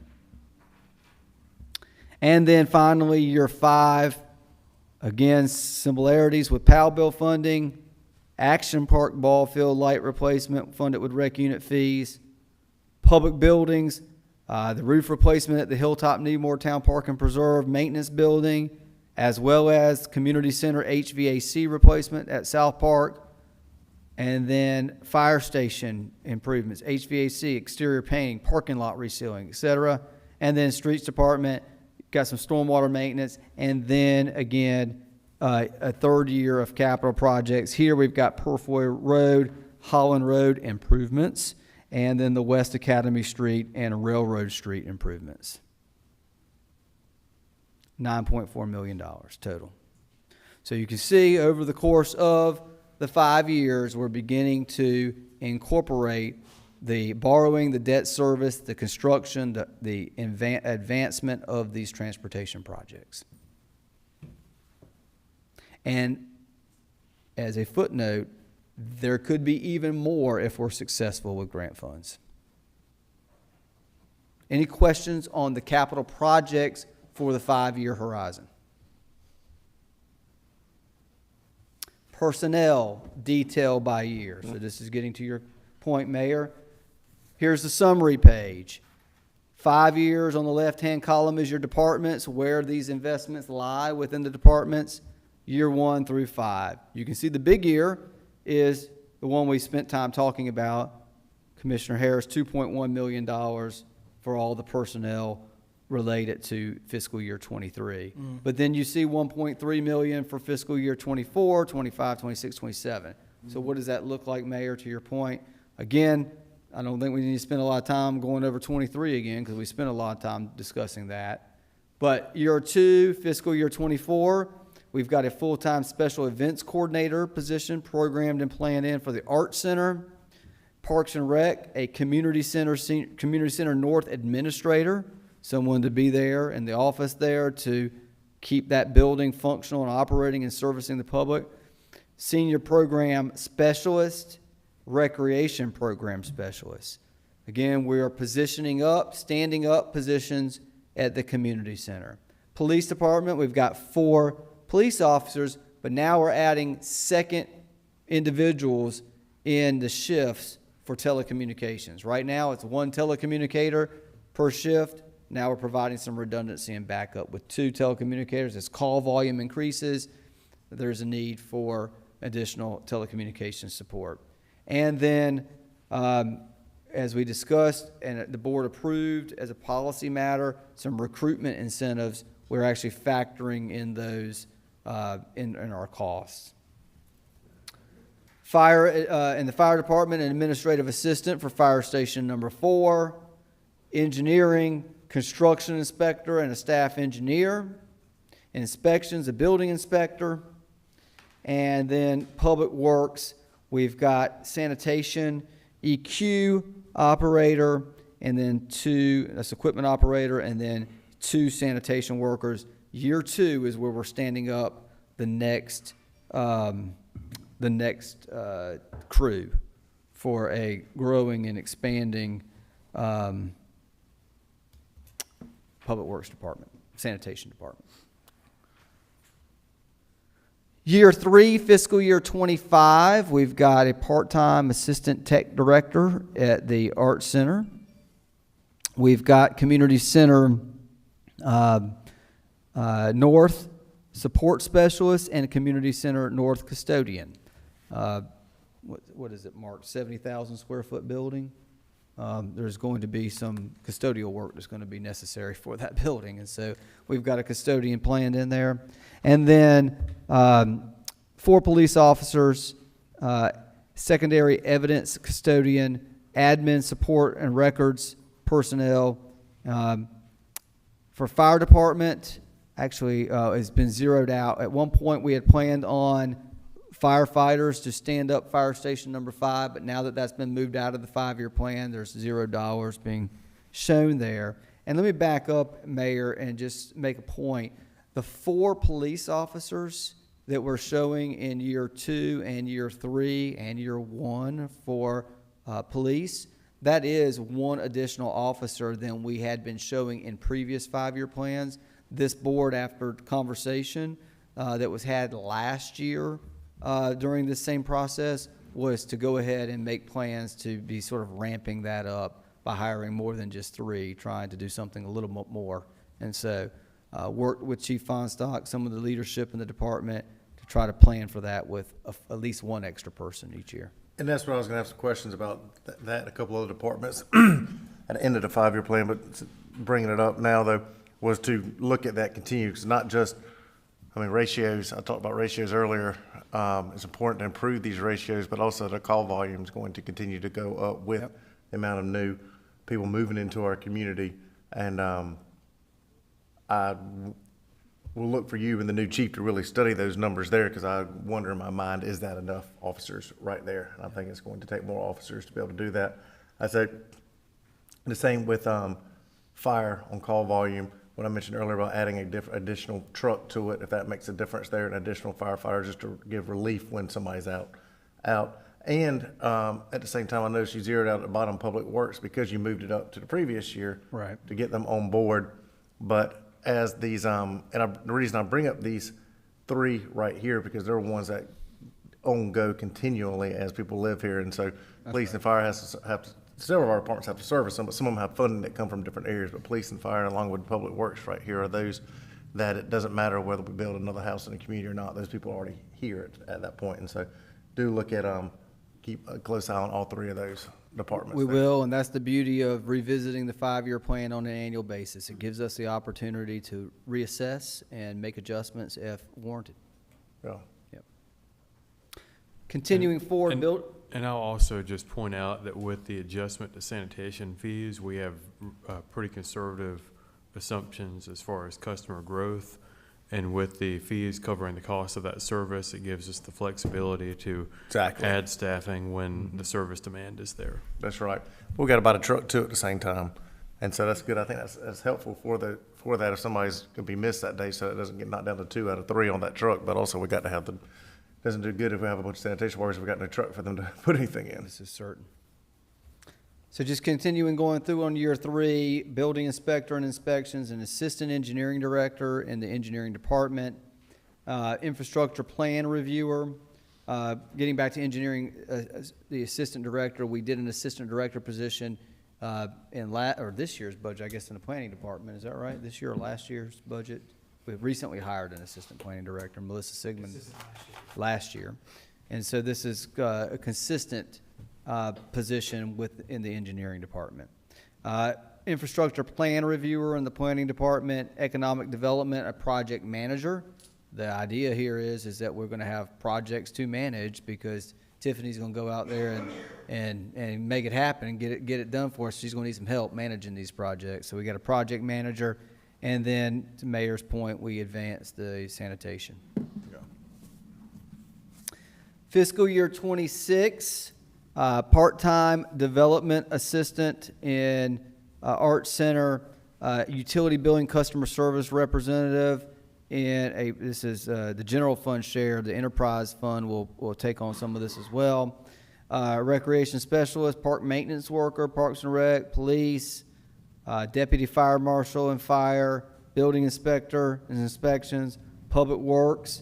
This goes back to, again, planning for the future, system expansions, maintenance of our system, providing that service to the customers. So a debris equipment operator, debris collection workers, Here we are standing up another route in debris collections. We've oftentimes talked about standing up routes in sanitation, and we're showing that here in this budget as well in fiscal year 26. But we're also, from time to time, have to think about doing that for debris collections as well, especially as our system continues to expand. So we've got that accounted for both in debris and in sanitation. And then, So is that two debris collection workers? that's right, 2 workers, it should say 2, that's right. That number reflects 2. 2 workers and an operator on a truck. And when I spoke about sanitation and public works, I meant all of public works right there. Yes, sir. And then Parks and Recreation, maintenance worker, this is now on the right-hand side, year 5, fiscal year 27. Parks maintenance worker and grounds superintendent, additional part-time program and event coverage in the Arts Center, police, here we go, fire station. So now we're talking about, your point, Mayor, adding a truck and then adding the people to be on that truck for each of the shifts. So now we're talking 9 firefighters for a ladder and rescue company in fire station number 4. So this is getting back to what you talked about earlier, adding the piece of equipment and then adding the people at a higher volume to be able to operate the piece of equipment. Okay. And then we do have some plans for some promotion of officers for fire station number 4, and then a residential plan reviewer. So here we go, personnel for 5 years. Any question on that? No, sir. So then, Commissioner Harris, you talked about transfers, and so let's get back to that for a moment. Rec unit fee reserves. So we're going to transfer, this is transferring into the general fund. Is this correct, or out of the general fund? It's transferring from the, Reserve fund capital into the reserve general fund fund. into the debt fund. Into the debt fund to pay for it. So the debt fund, this goes directly into the debt fund from capital reserves. Rec unit fees for the community center and Fleming Loop debt service, that's over 5 years. And then sanitation truck reserves in year 1, and then debt reserves. This shows where we're balancing the 5-year plan, adding money for 3 years, taking out in the 5th year. Okay, 454, right. Impact to the general fund balance. This is worst case scenario picture here. We do not expect this, but this is the worst case scenario. At June 30th of 2021, our audit said we had a fund, unassigned fund balance, $21.4 million. We're proposing to use 1.6 of that in year 1, which is fiscal 23. If we have to use all 1.6, then we would be left with $19.8 million if we have to use all 1.6. Okay? If we had to use all 1.2 in fiscal year 24, we'd be down to 18.5, 17.8, 17.4, and 16.5 respectively. Still a very healthy, strong, unassigned fund balance, and in reality, it probably never plays out like this. It probably is a much better picture in reality. Mm-hmm. But we're showing a worst-case position just so you understand what it could be if the stars and the sun and the moon don't align for us. I also want to say that this $21 million also does not account for $3 million or so that we already have set aside by statute that we're required to set aside. And for a different day, a different conversation, we have $9.8 million in ARPA money that we need to discuss at a different time, which we'll probably do sometime in one of the May meetings. Got some plans and some ideas and thoughts on that, but that's for a later time. My point is that we are in a strong financial position. The impact of this 5-year plan to the Plow bill fund balance. Here you see that we have a fund balance of $2.1 million at June 30th. We're going to take in $1 million. We're going to spend out $100,000 in the current year, fiscal year that we're in. So when we end in June 30th of 2022, a few months from now, we think we're going to be around $2.3 million. Then we're going to take in $913,000 next year in fiscal year 23, and we're also going to borrow out $342,000. So that's going to leave us with a balance of $2.9 million. And then that continues to trend out over the next 5 years. So we believe that somewhere around $5.5 million is where we're going to be at the end of June 30th of 27.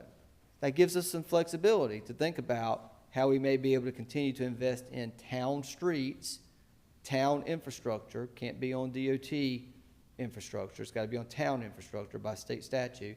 But we've got some flexibility to think about how we might be able to better utilize those funds in the future. There's a big rainy day fund in there that's, Powell bill comes in each year, and the goal is to spend that to maintain our streets, and so we're accumulating quite a bit here. To me, this is a good area to be talking about in the future about some plans. It is, and as we think about, it could be a myriad of projects, but we know likely that we're going to have some investment recommendations in town streets in our downtown. Yes. As a result of the downtown generational plan. So kind of having that there ready for us is a good position to be in. Exactly, that's my point. Then you also want to think about and keep an eye on the impact to rec unit fees. Now, if you recall, we made an adjustment last year to our rec unit fee policy and structure to be aligned with general statutes. And so now we take in money, and depending on where the development is, depends on which pot it goes in. Is it the northeast, the northwest, or the south areas that have been defined in our policy for rec unit fees? Expenses that come out of those three different pots have to also serve the areas that are defined in those three pots. So you can't take in rec unit fees from a development that happens in the northeast area of our community and spend it on rec projects in the southern part of our community. Statutes don't allow that anymore. And so we have to think about how we balance this out. Our 5-year plan has us at the end of 5 years, I'm going to show it to you, but where we start at June 30th of 21 is $1,000, literally, that's what it is, in the northeast section, $37,000 in the northwest, $319,000 in the south, but then we have this sort of $1.4 million of previously collected rec unit fees prior to our new policy and new arrangement that is undesignated that we can spend in one of the three various areas. So as we implement these rec unit fee projects that we recently went over under the capital project pages over 5 years, our picture begins to reflect down to where we believe, having implemented the 5-year plan, by June 30th of 2027, we will have roughly $220,000 in the northeast area to continue to invest, $1.6 million in the northwest. So that tells you where we think a lot of our growth is going to be, up near 540 and kind of in the northern northwest section of our town, and then $126,000 in the south. And that's not to say that the south isn't going to grow, because we're also showing a lot of investment in the south as well over the course of 5 years. You can see those numbers in parentheses. Those are the numbers that we're either paying in debt service or putting into planned projects. Any questions about what we believe our position will be with rec unit fees by the time we get to the end of 5 years from now?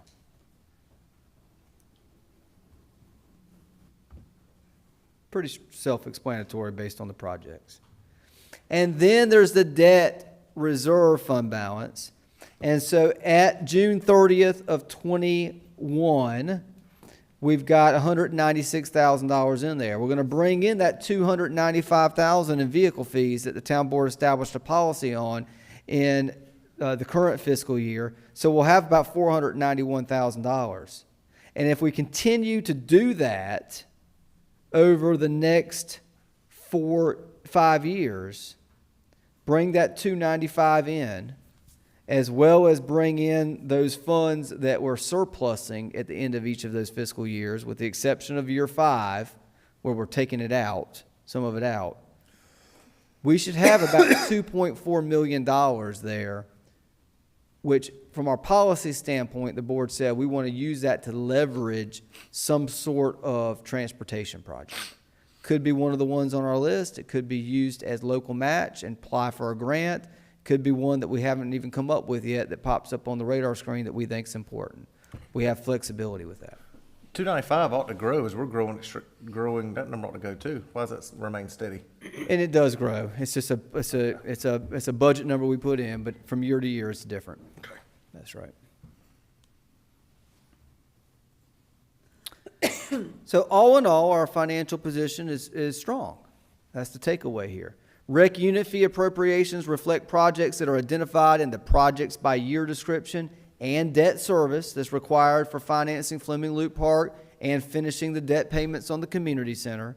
POW bill appropriations reflect they vary and they reflect each year for POW bill street resurfacing, pedestrian projects, and other eligible expenses. The highest appropriation is in year 3, fiscal year 25, at $381,000. The general fund balance appropriation reflect projects in the town's 5-year plan, one-time capital projects, non-reoccurring. And the debt service fund balance reflects budgeted surpluses and the use of fund balance in year 5 that's reflected in the town's bond and financing plan, and a portion of vehicle fees set aside annually for transportation. That is the general fund 5-year plan. Any questions? We talked about capital equipment for 5 years, capital projects for 5 years, personnel for 5 years, revenue assumptions, other expenditure assumptions, balanced budget, checks the box. I think about this balance and hits the mark on several areas. There's some areas that you brought some questions about that I think need to be taken into account for the future. Also, the positive sign is between several of these funds that are rainy day savings account type funds, some opportunities in the future that we can work on too. Yes, sir. Things that need to be done. So that's good. It's positive. Yep. Okay. Any other questions from anybody? No. All right. Enterprise 5-year, and we're almost out of here. Stick with me here. We're close. Enterprise fund revenue. Here we go. 5 years. Again, we set the base tone here for you. We've got water sales. We've got rate increases for water sales. I'll spend some time talking about the assumptions there in a moment. We've got water tap fees and the fee increase that we talked about beginning in FY23 that carries out for 5 years for water tap fees for those instances where the town installs it. Water meter sales, interest earnings, penalties, and leases, like on our water tanks, for example. And then revenue generated for sewer sales, or we're not really selling sewer, that's what we call it on the books, but sewer treatment, we probably should say, it'd be better off. And then rate increases for sewer treatment and sewer tap fees, and the fee increase for sewer tap fees if it's town installed, and that carries out through the 5 years. And then pre-treatment, and then reserve appropriation, and we'll get to the $2.1 million in a moment to speak about what that specifically represents in year 3. And that's the operating side. And then we've got the capital side of the enterprise fund, and that's system development fee, water system development fees, and that fee increase that we're doing in year 1, that carries through with assumptions through the 5 years. And then the sewer system development fees, and that stays the same because we're not proposing at this point any sewer system development fee increase.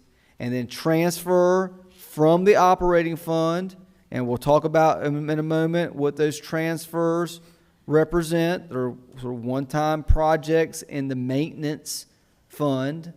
And then capital reserve appropriation, we're not showing any. And then bond and loan proceeds And here we go, 22 million in year one. We talked about that. That's design for the conveyance system, design for Harnett County water treatment or wastewater treatment plant, design for Terrible Creek wastewater treatment plant, and boom, year two, $213 million.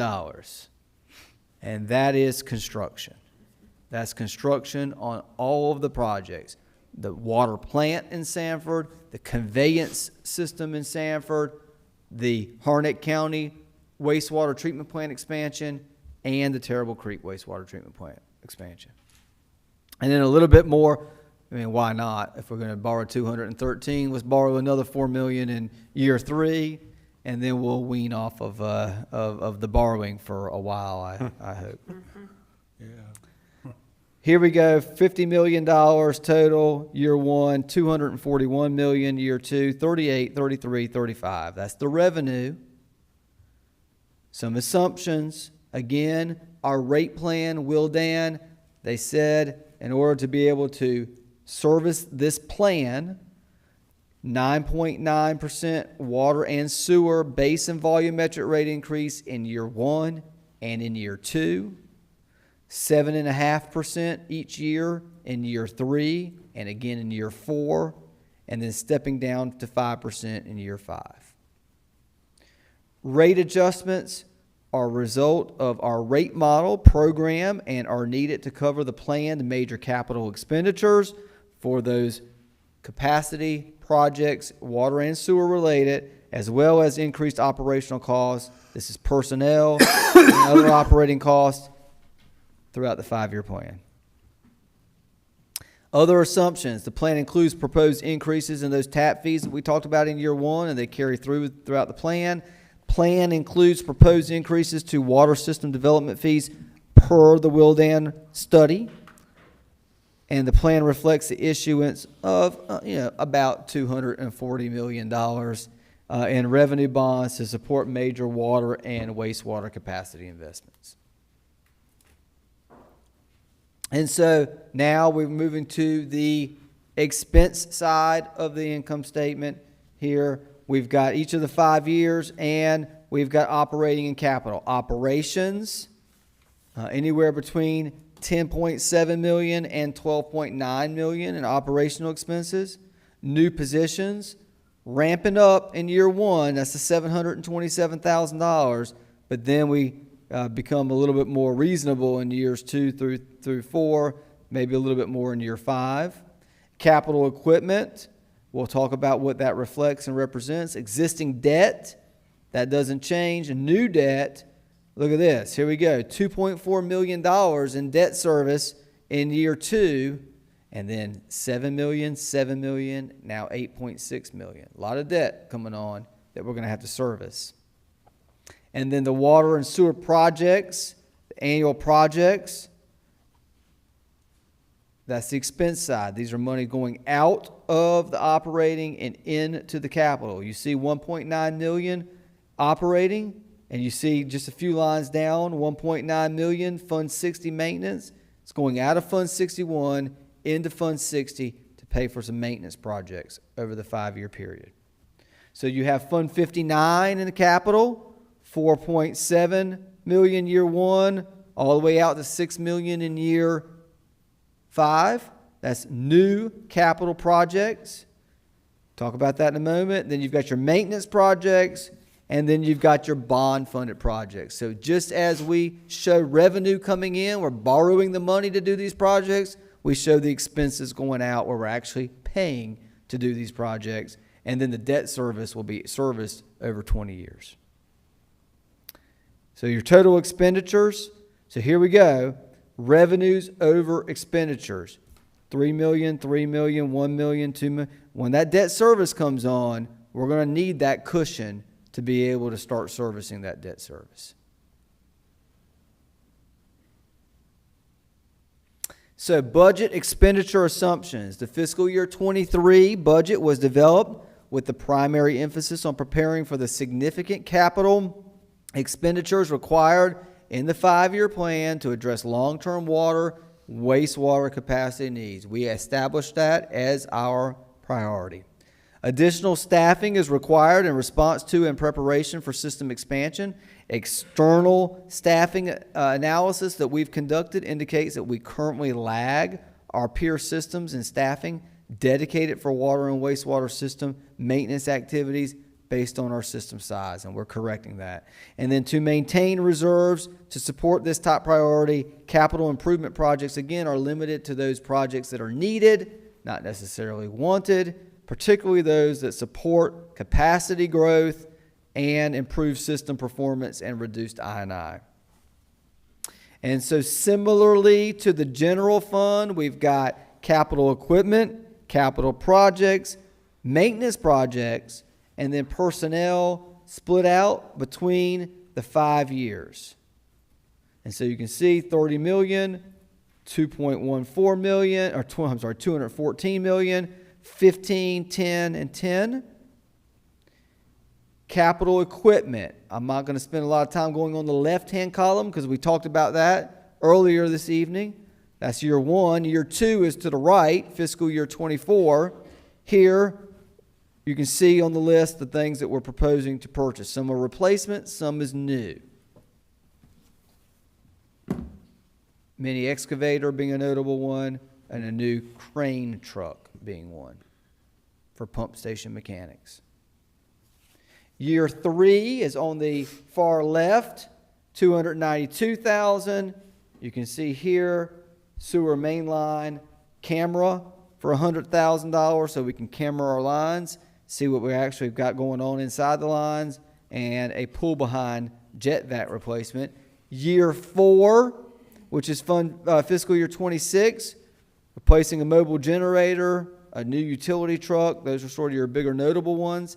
Year 5, fiscal year 27, replacement of a utility truck, replacement of the sewer combo truck, reaching the end of its useful life, replacing Unit 96 with a new one, $400,000 notable expense. Any questions on the 5-year capital equipment investment in the enterprise fund? Then moving on to capital projects.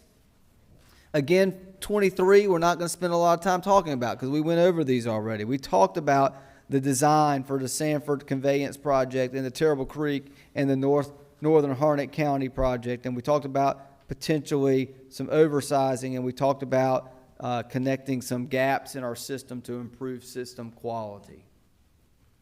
So now on the left-hand side, or this whole column, actually, this whole sheet here is year 2, Fund 24, fiscal year 24. So some similarities. We've got water line replacements and oversizing, but here we're talking about some of the upfront soft costs, not the actual capital costs, but some of the things that we need to do to ready ourselves for purchasing the Harnett County Water District. And so that's a notable item here in fiscal year 24.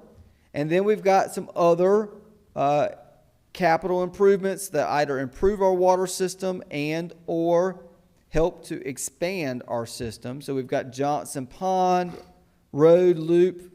We've got the Donnie Brook Road, Lake Wheeler to 401 project, Whitted Road Loop, Wagstaff Road. Some of these are, again, system improvements that improve pressure, improve flow, improve water quality. And here we go. Sanford plant expansion, construction, $41 million. Sanford conveyance, $47 million. $96 million in water. And then in the same fiscal year on the sewer side, you've got the Terrible Creek expansion, the Northern Harnett County expansion, $76 million, $219. Year 3, fiscal year 25. Here you actually have the purchase of the Harnett County Water District, as well as other water-related projects. Judd Parkway Loop South, Judd Parkway Loop North, Judd Parkway Loop Northeast. And then on the sewer side, the Little Black Creek Interceptor, and then a sewer line system evaluation.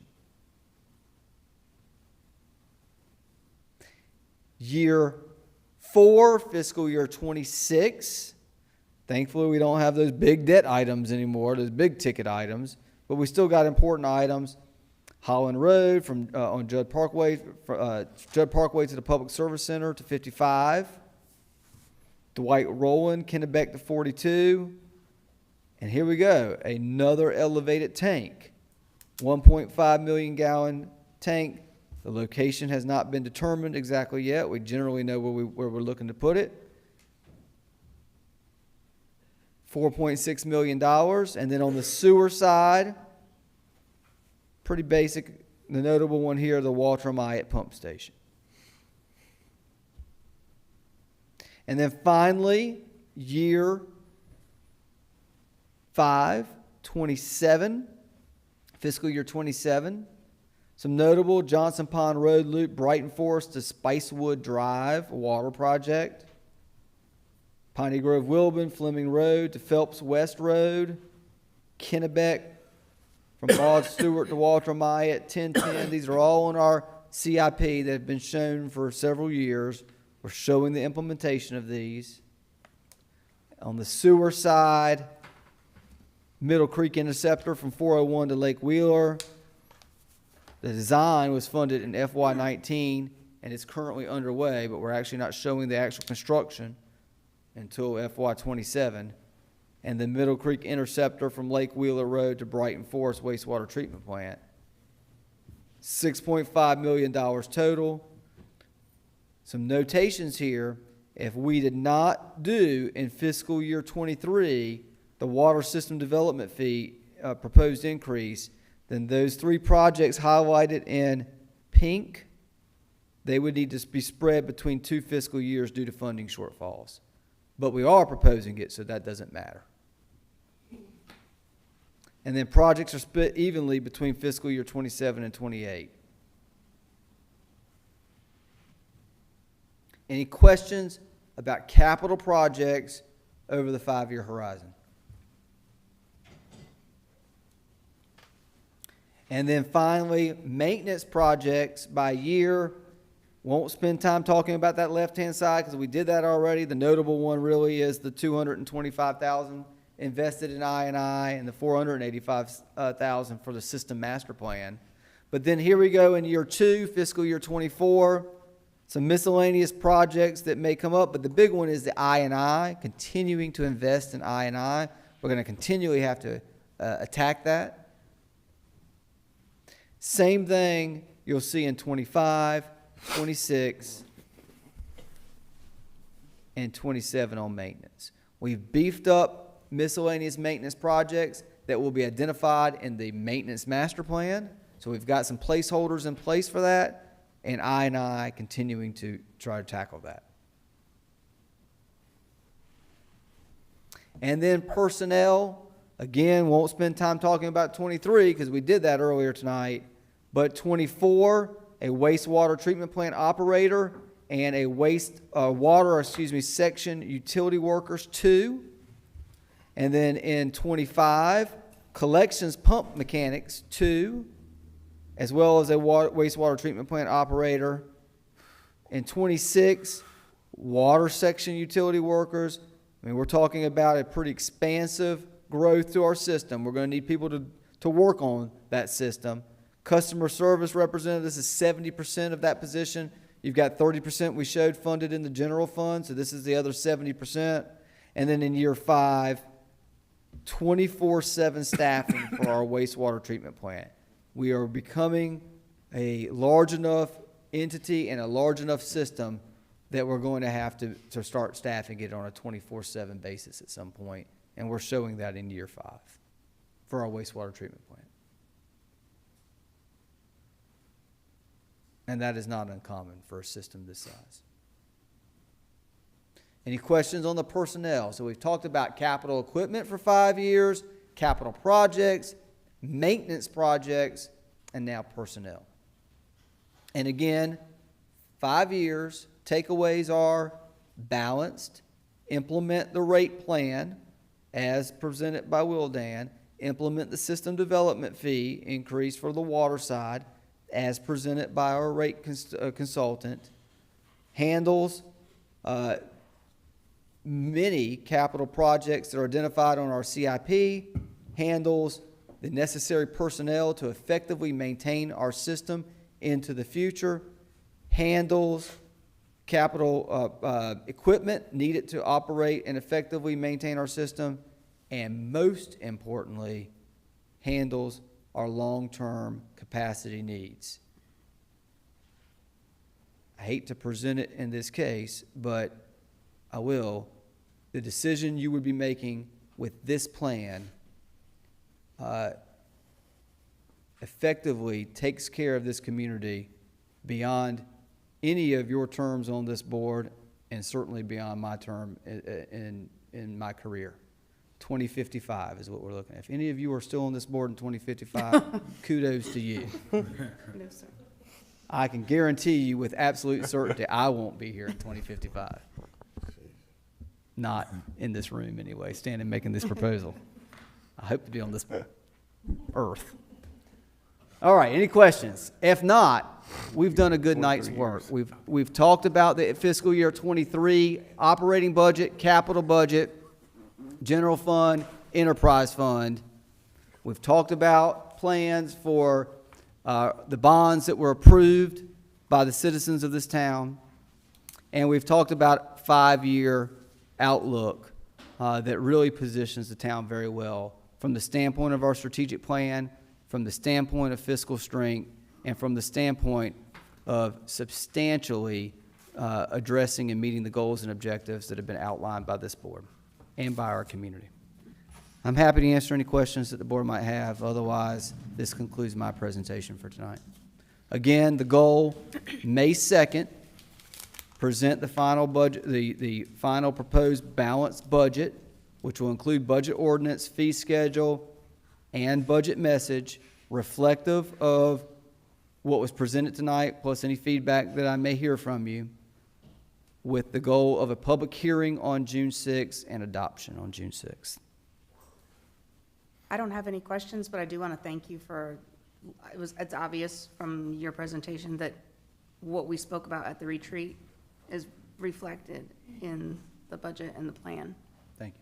So, I think you've done a good job of addressing what we asked, and that's what we discussed earlier with this, and it's, I think the public's gonna be happy with what's in here. Staff, you and your entire staff has worked very hard on it. That's shown right here with everything that was addressed, the conversation that we had. Anybody else have any further comments on here, anything to add, anything missing, anything needed? I agree with Commissioner Watson. There's no surprises. I mean, a lot of big items, but we covered it, I thought, pretty thoroughly in the retreat, so I like that. There was nothing jumped out at me as a surprise tonight. Very good. I entertain a motion for adjournment. So moved. second. Motion second, all in favor say aye. Aye. Good job, adjourned. Thank y'all. Appreciate it.